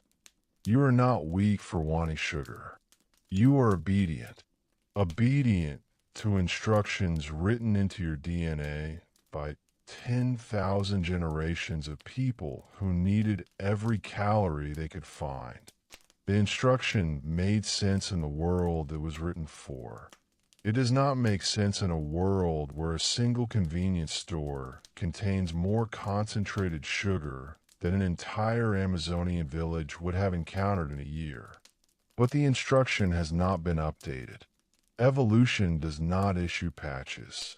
It works on timescales that make human civilization look like a sneeze. The Amazonian diet, as reconstructed from residue analysis, isotope studies, and ethnographic analogy, was remarkably diverse. Fish provided the primary animal protein. Manioc provided the caloric base. But supplementing these staples were dozens of fruits, nuts, seeds, leafy greens, insects, and small game. The variety was not a luxury. It was a nutritional strategy. Different foods provided different micronutrients. A diverse diet reduced the risk of deficiency. And the seasonal cycling of available foods meant that the gut microbiome was regularly exposed to new inputs, maintaining the microbial diversity that modern research increasingly links to immune function, mental health, and metabolic regulation. Your gut is quieter than theirs was, less diverse, less resilient, not because you are doing something wrong, but because you are living in an environment that offers your microbiome less variety and more of the same refined inputs, day after day, month after month. The mismatch is microbial as well as psychological. A glass of water on a bedside table, the surface perfectly still, reflecting a small light from somewhere across the room. And then there is the social mismatch. The Xingu villages were communities in the deepest sense, extended families sharing a single house, daily life conducted in the presence of others, children raised not by two parents in isolation, but by a network of relatives, each contributing different skills and knowledge. Disputes settled face to face, in the plaza, in real time. The emotional texture of life was shaped by constant physical proximity, the people you had known since birth. Modern life, for many people, offers the opposite.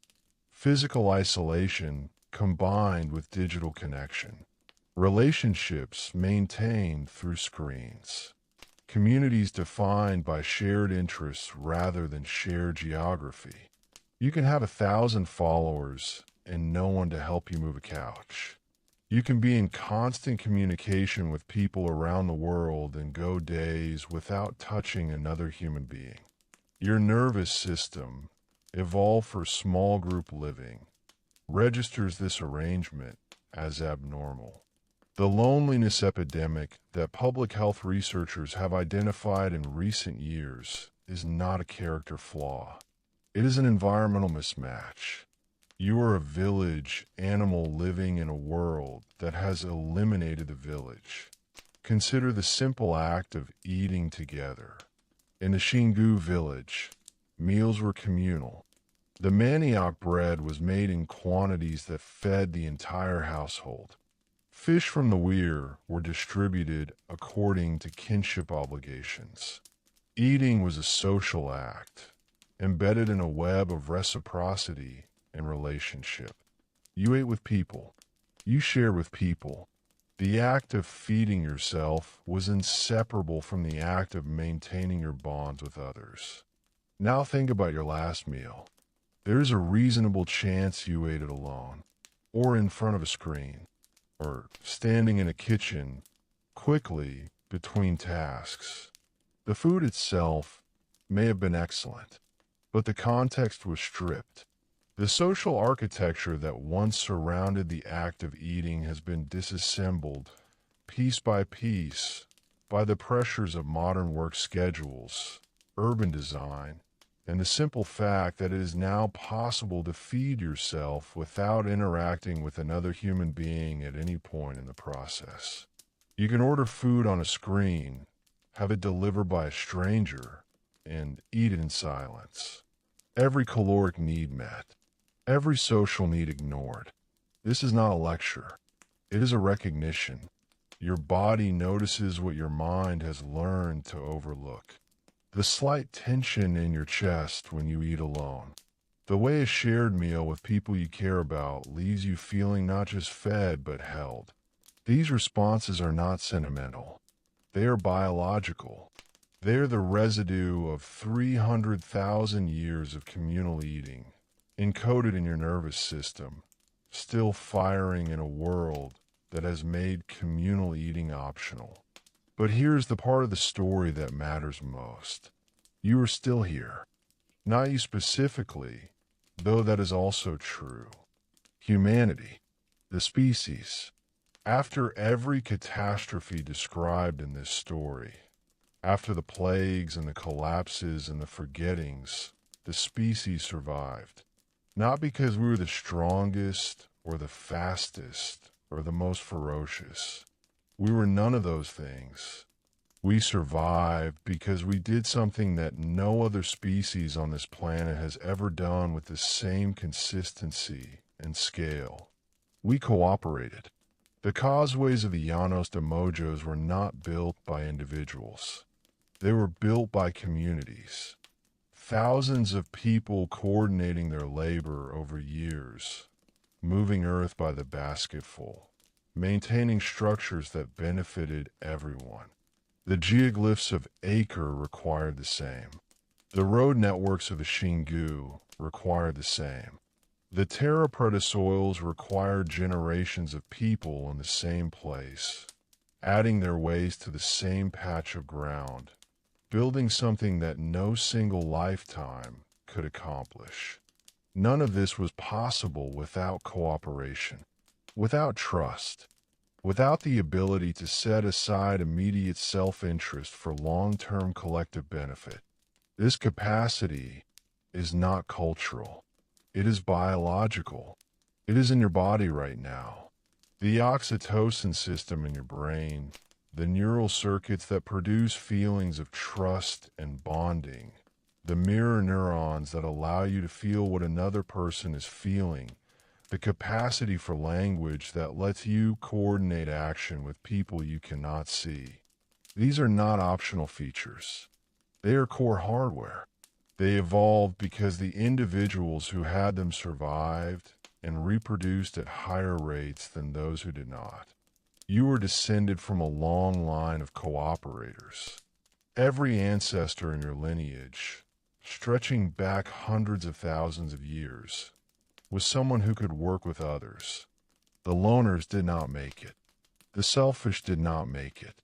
The ones who could not read the room, could not share food, could not coordinate a hunt or a harvest or the raising of a child. They are not your ancestors. Your ancestors are the ones who figured out how to get along. The embers of a fire, glowing in the dark. Not the fire itself, just the heat that remains after the flame is gone. The indigenous peoples of the Amazon demonstrated this capacity at a scale that we are only now beginning to appreciate. They did not merely survive in the forest. They transformed it. They took one of the most challenging environments on Earth and turned it into a home for millions. They did this without metal tools, without draft animals, without the wheel, without writing. They did it with hands and baskets and fire and an understanding of ecological relationships so deep and so detailed that modern science is still trying to reconstruct it from fragments. And when the catastrophe came, when the diseases swept through and the population collapsed and the cities were swallowed by the forest, even then, the survivors did not vanish entirely. They persisted. They regrouped. They adapted. The indigenous peoples of the Amazon today, the Kikuro, the Kayapo, the Yanomami, the Munduraku, and hundreds of other groups, are not relics of a lost civilization. They are the living descendants of that civilization. Their oral traditions carry fragments of the old knowledge. Their land management practices, though diminished in scale, still reflect principles that their ancestors developed over millennia. They are not museum pieces. They are people, and they're still here. The Kayapo, in particular, have become fierce defenders of their territory against modern deforestation. They use satellite imagery and GPS technology to monitor illegal logging and mining incursions into their land. They combine traditional ecological knowledge with modern tools. They are not frozen in the past. They are adapting, as their ancestors always adapted, using whatever is available to protect what matters. The same capacity for innovation that built the geoglyphs and the causeways and the terra preta soils is still operating. It just looks different now, and they are not alone. Across the Amazon, indigenous groups are reclaiming their history alongside their land. The Kikuro, whose oral traditions describe the great walled towns that LIDAR later confirmed, are working with archaeologists as partners rather than subjects. They are not waiting to be told what their ancestors built. They already knew. The LIDAR data did not reveal the truth to them. It revealed the truth to everyone else. For the Kikuro, the scans were not a discovery. They were a vindication. There is something in that worth sitting with. For centuries, indigenous knowledge was dismissed as myth, as folklore, as the quaint stories of primitive people. The oral traditions that described great cities in the forest were treated with the same polite condescension that European scholars reserve for any knowledge system that did not produce written records. And then the lasers came. And the lasers found exactly what the oral traditions had always said was there. The science did not replace indigenous knowledge. It caught up to it. This should give you something. Not comfort exactly. Something more grounded than comfort. Evidence. The evidence of your own existence. You are here because every generation before you faced a crisis and found a way through it. Not around it. Through it. The crises were different each time. Ice ages, famines, wars, plagues, migrations across continents and oceans. Each one seemed, to the people living through it, like the end. And each one was survived by people who cooperated, who adapted, who refused to give up on each other, even when giving up would have been easier. Think about the scale of what was lost in the Amazon. Millions of people, thousands of settlements, an entire model of civilization that had developed over millennia, independently, in one of the most challenging environments on Earth. Gone, within a century. If any event in human history could justify despair, it would be this one. The completeness of the erasure was almost total. The cities were buried. The knowledge was scattered. The survivors were pushed to the margins of a landscape they had once managed in its entirety. And yet, the survivors did not disappear. They carried what they could. They remembered what they were able to remember. They adapted to the new reality without abandoning the old principles. And 500 years later, their descendants are standing in those same forests, holding GPS units in hands that know how to weave hammocks and process manioc and read the forest like a text, fighting to protect a world that now has the attention of the entire planet. The Amazon itself is evidence of this. The forest that grew over the abandoned cities is not a sign of failure. It is a sign of the Earth's capacity for regeneration. The trees came back. The animals came back. The rivers found their old courses. The ecosystem rebuilt itself around the bones of the old civilization, incorporating the terra preta, the planted orchards, the modified waterways into a new configuration that was neither fully wild nor fully human, but something in between. Something resilient. Your capacity for resilience is the same. It does not come from being unbreakable. It comes from being able to break and then reassemble, to lose and then rebuild, to forget and then, with the help of a laser fired through the canopy of a forest, to remember. The geoglyphs did not resist the forest. They let it grow over them. They let the roots and the rain do their work.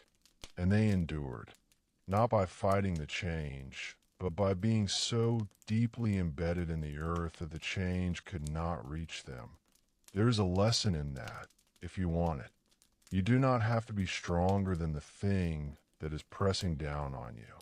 You just have to be planted deep enough to outlast it. The LIDAR data is not just a map of the past. It is a mirror. It shows us who we were. And in showing us who we were, it suggests who we might still become. A species that builds with the forest rather than against it. A species that enriches the soil rather than exhausting it. A species that connects its settlements with roads that pass through living landscapes rather than dead ones. The technology has changed. The materials have changed. But the capacity, the fundamental human ability to look at a complex environment and figure out how to live within it sustainably, that has not changed. It is waiting, the way the geoglyphs waited, the way the terra preta waited, the way the straight lines beneath the canopy waited for someone to look down through the leaves and see them. You are lying in the dark, and your body is doing 1,000 things without your permission. Your heart is beating. Your blood is circulating. Your cells are dividing. Your immune system is patrolling. Your gut bacteria are processing your last meal. Your brain is consolidating memories from the day, filing some, discarding others, weaving the ones it keeps into the ongoing narrative that you call yourself. All of this is happening because your body is the product of an unbroken chain of survival stretching back 3.5 billion years to the first self-replicating molecule in a warm ocean. You are not separate from the story of the Amazon. You are part of it. The same carbon, the same water, the same basic chemistry. The calcium in the bones of the woman who made manioc bread 1,000 years ago is somewhere in the world right now. It may be in the soil. It may be in a river. It may be in the roots of a Brazil nut tree growing on the exact spot where her village once stood. It may, through the long cycling of elements through the biosphere, be in you. The night is deep now. The sounds outside are the sounds of your own century. But beneath them, if you listen carefully, there's something older. The hum of a planet turning. The slow breath of a forest growing in the dark. The quiet persistence of shapes carved into the earth by hands that understood something about belonging that we are only now beginning to learn. Rest here for a moment. The story is almost finished, but not yet. The Amazon basin began forming roughly 65 million years ago. That number is too large for the human mind to hold, so let us shrink it. Imagine the entire history of the Earth compressed into a single calendar year. January 1st, the planet forms.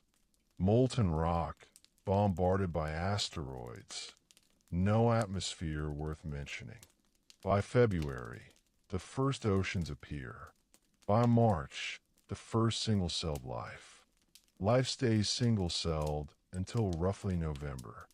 For 8 months of this compressed year, nothing more complex than a bacterium exists anywhere on Earth. The first animals appear in mid-November. Dinosaurs arrive on December 13th and go extinct on December 26th. The Amazon basin, as a recognizable river system draining into the Atlantic, takes shape somewhere around December 27th. The entire history of flowering plants in the Amazon, the evolution of the canopy, the emergence of the extraordinary biodiversity that defines the modern forest, all of that happens in the last 4 days of the year. Humans arrive in the Amazon on December 31st, at roughly 11:45 at night. The great cities revealed by LIDAR were built in the final 3 minutes before midnight. European contact happened 14 seconds ago. The LIDAR surveys that revealed the hidden cities happened less than 1 second ago. 1 second. You are lying here, listening to this in the fraction of a second that constitutes the present moment. Everything that has happened in this story, every causeway and geoglyph and terra preta deposit and manioc griddle and fish weir and howler monkey and smallpox virus and LIDAR pulse, all of it fits into the last few ticks of a clock that has been running for 4.5 billion years. And yet those few ticks contain everything that matters to you. Your family, your memories, your fears, your loves, the sound of a voice that makes you feel safe, the smell of a place that feels like home, all of it compressed into the thinnest sliver of geological time. The universe does not care about this sliver. The rocks do not care. The stars do not care. But you do. And the woman who made manioc bread on a clay griddle cared. And the man who carved a bow from Pau d'Arco would cared. Caring is what humans do with their sliver. It is, perhaps, the only thing that makes the sliver matter at all. The sound of a clock ticking, or maybe is your own pulse. At this hour, it can be hard to tell the difference. This perspective is not meant to make you feel small. It is meant to release you. The weight you carry, the anxiety about tomorrow, the regret about yesterday, the persistent feeling that you should be doing more, being more, achieving more, all of that belongs to the scale of human time. And human time is real. Your deadlines are real. Your responsibilities are real. Your pain is real. But they exist within a frame so vast that the frame itself cannot feel urgency. The earth does not hurry. The Amazon does not hurry. The geoglyphs beneath the canopy have been waiting for 1,000 years, and they are in no rush to be found. The terra preta is still fertile after 15 centuries, and it has nowhere to be. You are allowed to not hurry. Right now, in this moment, there is nothing you need to do. Nowhere you need to be. No message you need to answer. The world will continue its slow turning whether you are awake for it or not. The forest will continue its slow growing. The rivers will continue their slow winding toward the sea. And somewhere in the acre basin, a perfect circle cut into the earth 2,000 years ago will continue holding its shape in the dark, patient and exact, asking nothing of anyone. Let that patience reach you. Let it settle into your chest like warm water. You have spent this story walking through ancient cities and standing in managed forests and watching a woman make bread on a clay griddle. You have traveled across hemispheres and centuries without moving from wherever you are lying. That is the strange power of narrative. It lets you be in two places at once. Here, in your body, in your bed, in your life. And there, in the red earth of the Xingu, in the smell of wood smoke and river water, in a world that ended 500 years ago and persists beneath the roots. The deep time view does something else too. It reveals that the Amazon has survived catastrophes before. Not human catastrophes, planetary ones. During the last glacial maximum, roughly 20,000 years ago, the Amazon basin was significantly drier than it is today. Large portions of the forest contracted into isolated refugia, pockets of moisture surrounded by grassland and dry scrub. The great connected canopy that we think of as eternal was fragmented, reduced, diminished. And then the climate shifted. The rains returned. The forest expanded outward from those refugia, recolonizing the land it had lost, reconnecting the fragments, rebuilding the canopy. It took thousands of years, but it happened. The forest has done this more than once. Ice ages have come and gone. Dry periods have contracted the canopy. Wet periods have expanded it. The Amazon breathes on timescales that make human history look like a single exhalation. It contracts. It expands. It persists, not because it is indestructible, but because it is adaptive. Because the system contains enough diversity, enough redundancy, enough resilience to absorb shocks and rebuild from whatever is left. This is what the pre-Columbian peoples understood intuitively. They did not build their civilization by conquering the forest. They built it by becoming part of the forest's own adaptive system. They added their intelligence, their labor, their creativity to the forest's existing resilience. And when they were gone, the forest absorbed their absence the same way it had absorbed every previous disruption. It grew over the wounds. It incorporated the changes. It kept going. There's a tree in the Amazon called the Berthelicia excelsa. You know it as the Brazil nut tree. It can live for over 1,000 years. Some specimens standing today were alive when the cities beneath the canopy were still occupied. They were young trees when the causeways were in use, when the plazas were swept clean, when the fish weirs were full. They have watched, in their slow vegetable way, as the people disappeared and the forest returned and the centuries accumulated like sediment.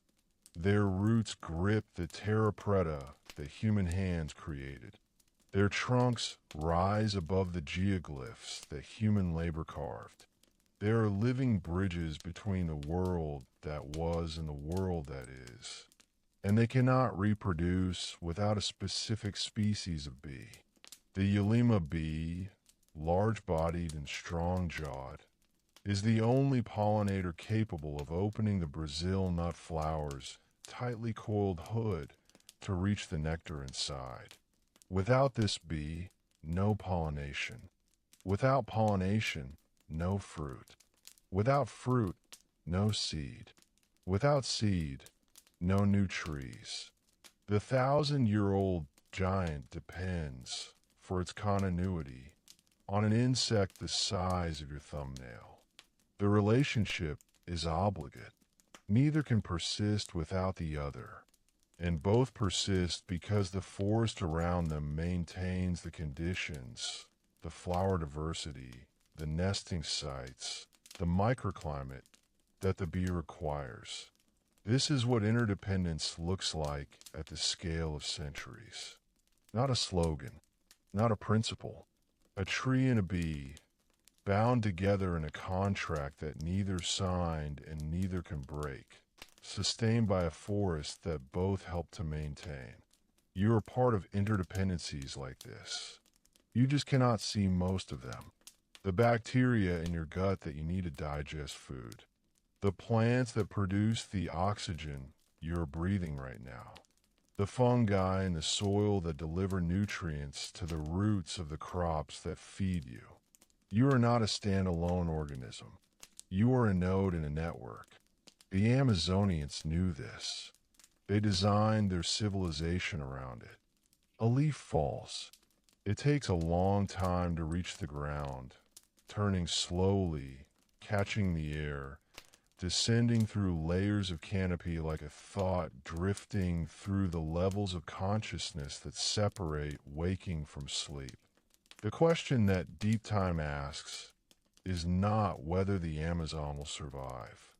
Over geological timescales, some version of the Amazon will almost certainly persist, even in the worst scenarios of modern climate change. The question is whether the version that survives will include us, whether humans will be part of the forest's next chapter, as we were part of the last one, or whether we will have removed ourselves from the story by removing the forest itself. The Earth does not need the Amazon in order to exist, but we might. And there's another question, quieter than the first. If the Amazon can regenerate, if it has done so before, then is there still time? The answer, as far as the science can tell us today, is yes. Narrowly, conditionally, but yes. The tipping point has not been crossed. The forest still produces its own rain. The terra preta is still fertile. The indigenous communities that carry the old knowledge are still present, still practicing, still willing to teach if anyone is willing to listen. The window is open, not wide and not forever, but open. The deep time view does not promise that everything will be fine. It promises that everything has always been changing, and that life has found a way through every previous change. That is not the same as a guarantee. It is something better. It is a precedent. Consider what it took for you to be here. Not here in the philosophical sense, though that too. Here in the biological sense. Listening to this. Breathing. Processing language. Feeling the weight of your own body against whatever surface is holding you. You exist because of an unbroken chain of reproduction stretching back approximately 3.5 billion years to the first self-replicating molecule. Every link in that chain held. Every single one. If any one of your ancestors, at any point in that 3.5 billion year lineage, had died before reproducing, you would not exist. Not a different version of you. Not a slightly altered you. Nothing. The specific combination of genes that makes you you would never have assembled. The odds against your existence are not calculable. They are not merely astronomical. They exceed the number of atoms in the observable universe. You are, in the most literal and unsentimental sense, a statistical miracle. Not because you're special in the way that motivational posters mean, but because the chain that produced you is so long and so fragile and so dependent on an unbroken sequence of survivals that the fact of your consciousness right now, in this room, hearing these words is something that probability alone cannot adequately explain. The woman in the Xingu village was part of your chain. Not directly, perhaps, but her species was your species. Her ancestors and your ancestors shared a common origin point on the African continent, somewhere between 2 and 300,000 years ago. From that origin, her lineage moved west across the Atlantic land bridge into the Americas. Yours moved in whatever direction brought your people to wherever you are now. The paths diverged, but the root is the same. You are branches of the same tree, grown in different directions, reaching toward different light. She carried genes that you carry. Not all of them, but the fundamental ones. The ones that code for the structure of hemoglobin, for the shape of the inner ear, for the architecture of the visual cortex, for the production of oxytocin, for the capacity to feel awe in the presence of something vast and ancient and not fully understood. These are shared. These are common. When she heard the howler monkeys at dawn, the sound was processed by the same auditory system that is processing this voice right now. When she felt the cool earth under her feet, the signal traveled along the same type of nerve fiber, at the same speed, to the same region of the somatosensory cortex that would light up in your brain if you stepped barefoot on a cool ground tomorrow morning. You are not separate from her. You are not separate from any of them. The builders of the causeways and the diggers of the geoglyphs and the makers of the terra preta, they are not strangers from a foreign past. They are family. Distant, yes. Separated by centuries and oceans and catastrophes, but family in the most basic biological sense. You share more DNA with them than you differ. The similarities are structural. The differences are superficial. Skin color, hair texture, the shape of an eyelid. These are surface variations on a common design. Beneath the surface, you are the same machine, running the same code, executing the same ancient instructions. A heartbeat. Yours. 60, 70, 80 times a minute, depending on how close to sleep you are. Each beat pushing 5 liters of blood through 100,000 kilometers of blood vessels. The blood carries oxygen to cells that carry out the same metabolic reactions that kept the woman in the Xingu alive.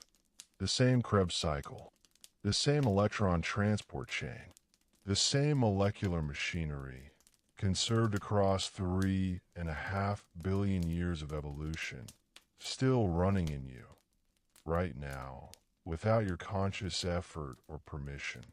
Gratitude is not the right word for what this should produce. Gratitude implies a benefactor, someone who gave you something on purpose. This is not that. This is something more unsettling and more beautiful. It is the recognition that you are the current expression of a process that has been running since before the earth had an atmosphere. You did not earn your existence. No one gave it to you. It assembled itself, link by link, across an expanse of time so deep that the human mind cannot hold it without analogy and metaphor and the slow, careful compression of billions into minutes. Every ancestor survived. That is the fact. Not every member of every generation. Most did not survive to reproduce. Most individuals and most species, across most of evolutionary history, died without leaving descendants. But your lineage, the specific thread that leads from the first cell to you, did not break. Not once. Across ice ages, asteroid impacts, volcanic winters, plagues, famines, wars, ocean crossings, and the ordinary daily violence of predation, disease, and accident, your line held. It bent. It frayed. It nearly snapped 1,000 times. But it held. Think about the specific moments. There was a woman, perhaps 70,000 years ago, on the coast of what is now South Africa, who found a way to harvest shellfish from tidal pools during a climate crisis that had reduced the human population to perhaps 10,000 individuals worldwide. She fed her children. They survived. You were one of the consequences of that meal. There was a man, perhaps 15,000 years ago, who decided to follow a herd of mammoth across a land bridge into a continent no human had ever set foot on. He kept walking. His descendants became the people who would one day build cities in the Amazon. Every improbable decision, every lucky escape, every meal shared at exactly the right moment, all of it led here. The people who built the cities beneath the Amazon canopy were part of a lineage that also held. Their line did not end when the diseases came. It was diminished. It was devastated. But it was not severed. The descendants are alive. They are speaking. They are remembering. And the cities they build are being found, one laser pulse at a time, rising from the data like a dream remembered hours after waking. You do not need to do anything with this information. You do not need to feel inspired or motivated or moved to action. You can simply receive it, the way the earth receives rain, the way the terra preta receives a seed, without effort, without agenda, just the quiet absorption of something true. And if something stirs in you, some small shift in how you see yourself in relation to the ground beneath you and the air around you, and the long chain of lives that brought you here, let it stir. Do not force it into shape. Do not turn it into a resolution or a plan. Let it be what it is, a seed in dark soil. It will grow or will not, but the soil is ready. The soil has been ready for a very long time. Thank you for being here tonight. That is not a formality. It is a recognition. You chose to spend this time with a story about people you will never meet, in a place you may never visit, in a past that no longer exists except in the shapes it left in the ground. That choice matters, not in a grand way, in a quiet way. It means that some part of you is drawn to the long view. Some part of you wants to know where you came from, not in the personal sense of family trees and birth certificates, but in the deeper sense, the species sense, the planetary sense. The Amazon's hidden geometry is not just a story about the past. It is an invitation to reconsider the present. The assumptions we carry about wilderness and civilization, about progress and primitivity, about what counts as a city and what counts as a forest. The LIDAR data does not just reveal old walls and ditches. It reveals old ways of thinking, ways that treated the boundary between human and natural as a gradient rather than a wall, ways that built permanence from living things rather than dead ones, ways that understood the forest not as an obstacle to be cleared, but as a partner to be cultivated. Those ways are not gone. They are diminished, but not gone. They persist in the practices of indigenous communities across the Amazon. They persist in the terra preta that still produces better harvests than any soil around it. They persist in the orchards that still bear fruit above the ruins of forgotten plazas. They persist in the seed banks and the oral histories and the ceremonial songs that encode ecological knowledge in melody and rhythm. And they persist perhaps in you, in the part of you that feels a quiet recognition when you hear about a civilization that built its cities from soil and trees and water. A recognition that this makes sense, that this is how it should be done. The night is almost over, or the story is. It is hard to tell which at this hour. Somewhere in the Amazon, it is raining. The rain falls on the canopy first, striking millions of leaves with a sound like static, like white noise, like the universe whispering a single syllable that contains every word. Some of the rain runs down the trunks of trees, following grooves in the bark, pooling in hollows where frogs sit with their eyes half closed. Some of it drips from leaf to leaf, descending through the layers of the forest in a slow cascade that takes minutes to reach the ground. And when it reaches the ground, it sinks into the soil. In some places, that soil is black, darker than the soil around it, richer.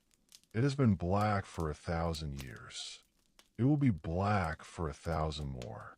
The rain sinks into it, and the soil holds it, the way it was designed to hold it, by people whose names we will never know, whose faces we will never see, whose voices fell silent 500 years ago and left only the earth itself to speak for them. The earth speaks, if you know how to listen, if you know how to send light through the leaves and read the shapes that come back, if you know how to kneel in a trench and brush the dirt from shard of pottery and hold it in your hand and feel the thumbprint of the person who made it, still pressed into the clay after all this time. You are a descendant of survivors. Every one of them. The ones who crossed the ice. The ones who crossed the ocean. The ones who built cities from mud and starlight and the patient accumulation of charcoal in the soil. The ones who lost everything and started again. The ones who remembered and the ones who forgot and the ones who are remembering now. With the help of lasers and satellites and the stubborn curiosity that is the most human thing about us.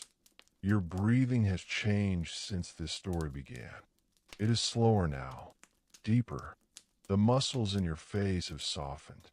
The thoughts that were circling when you first lay down have drifted to the edges of your awareness.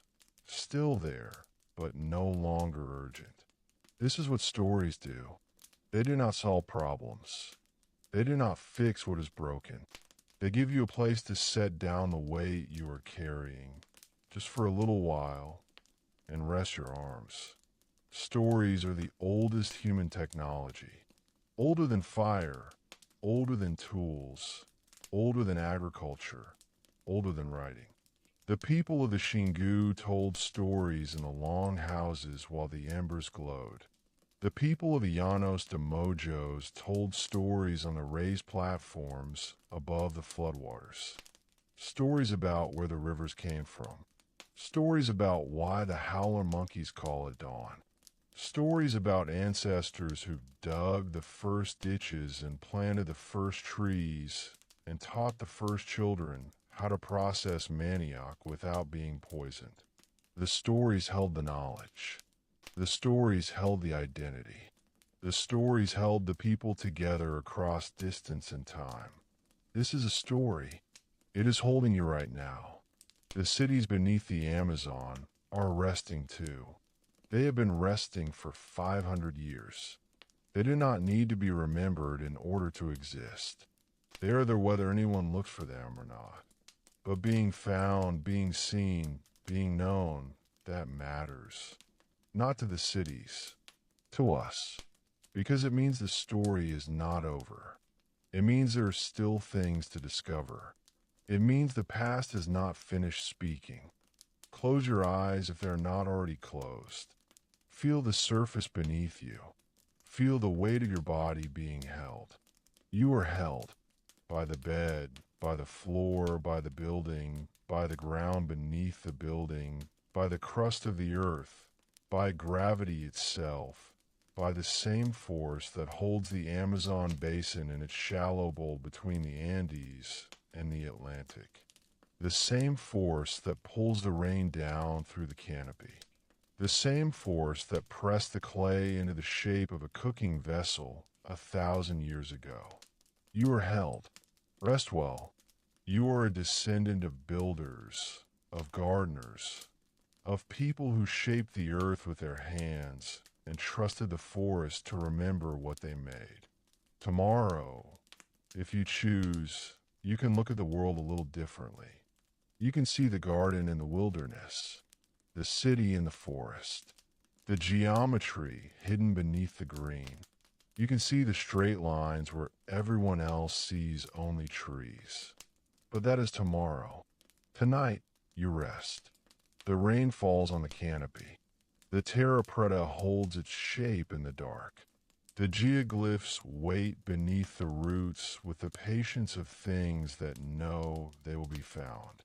And somewhere, a Brazil nut tree that has been standing for 1,000 years drops a heavy fruit onto the forest floor. And the sound it makes is the sound of something continuing. And the story continues.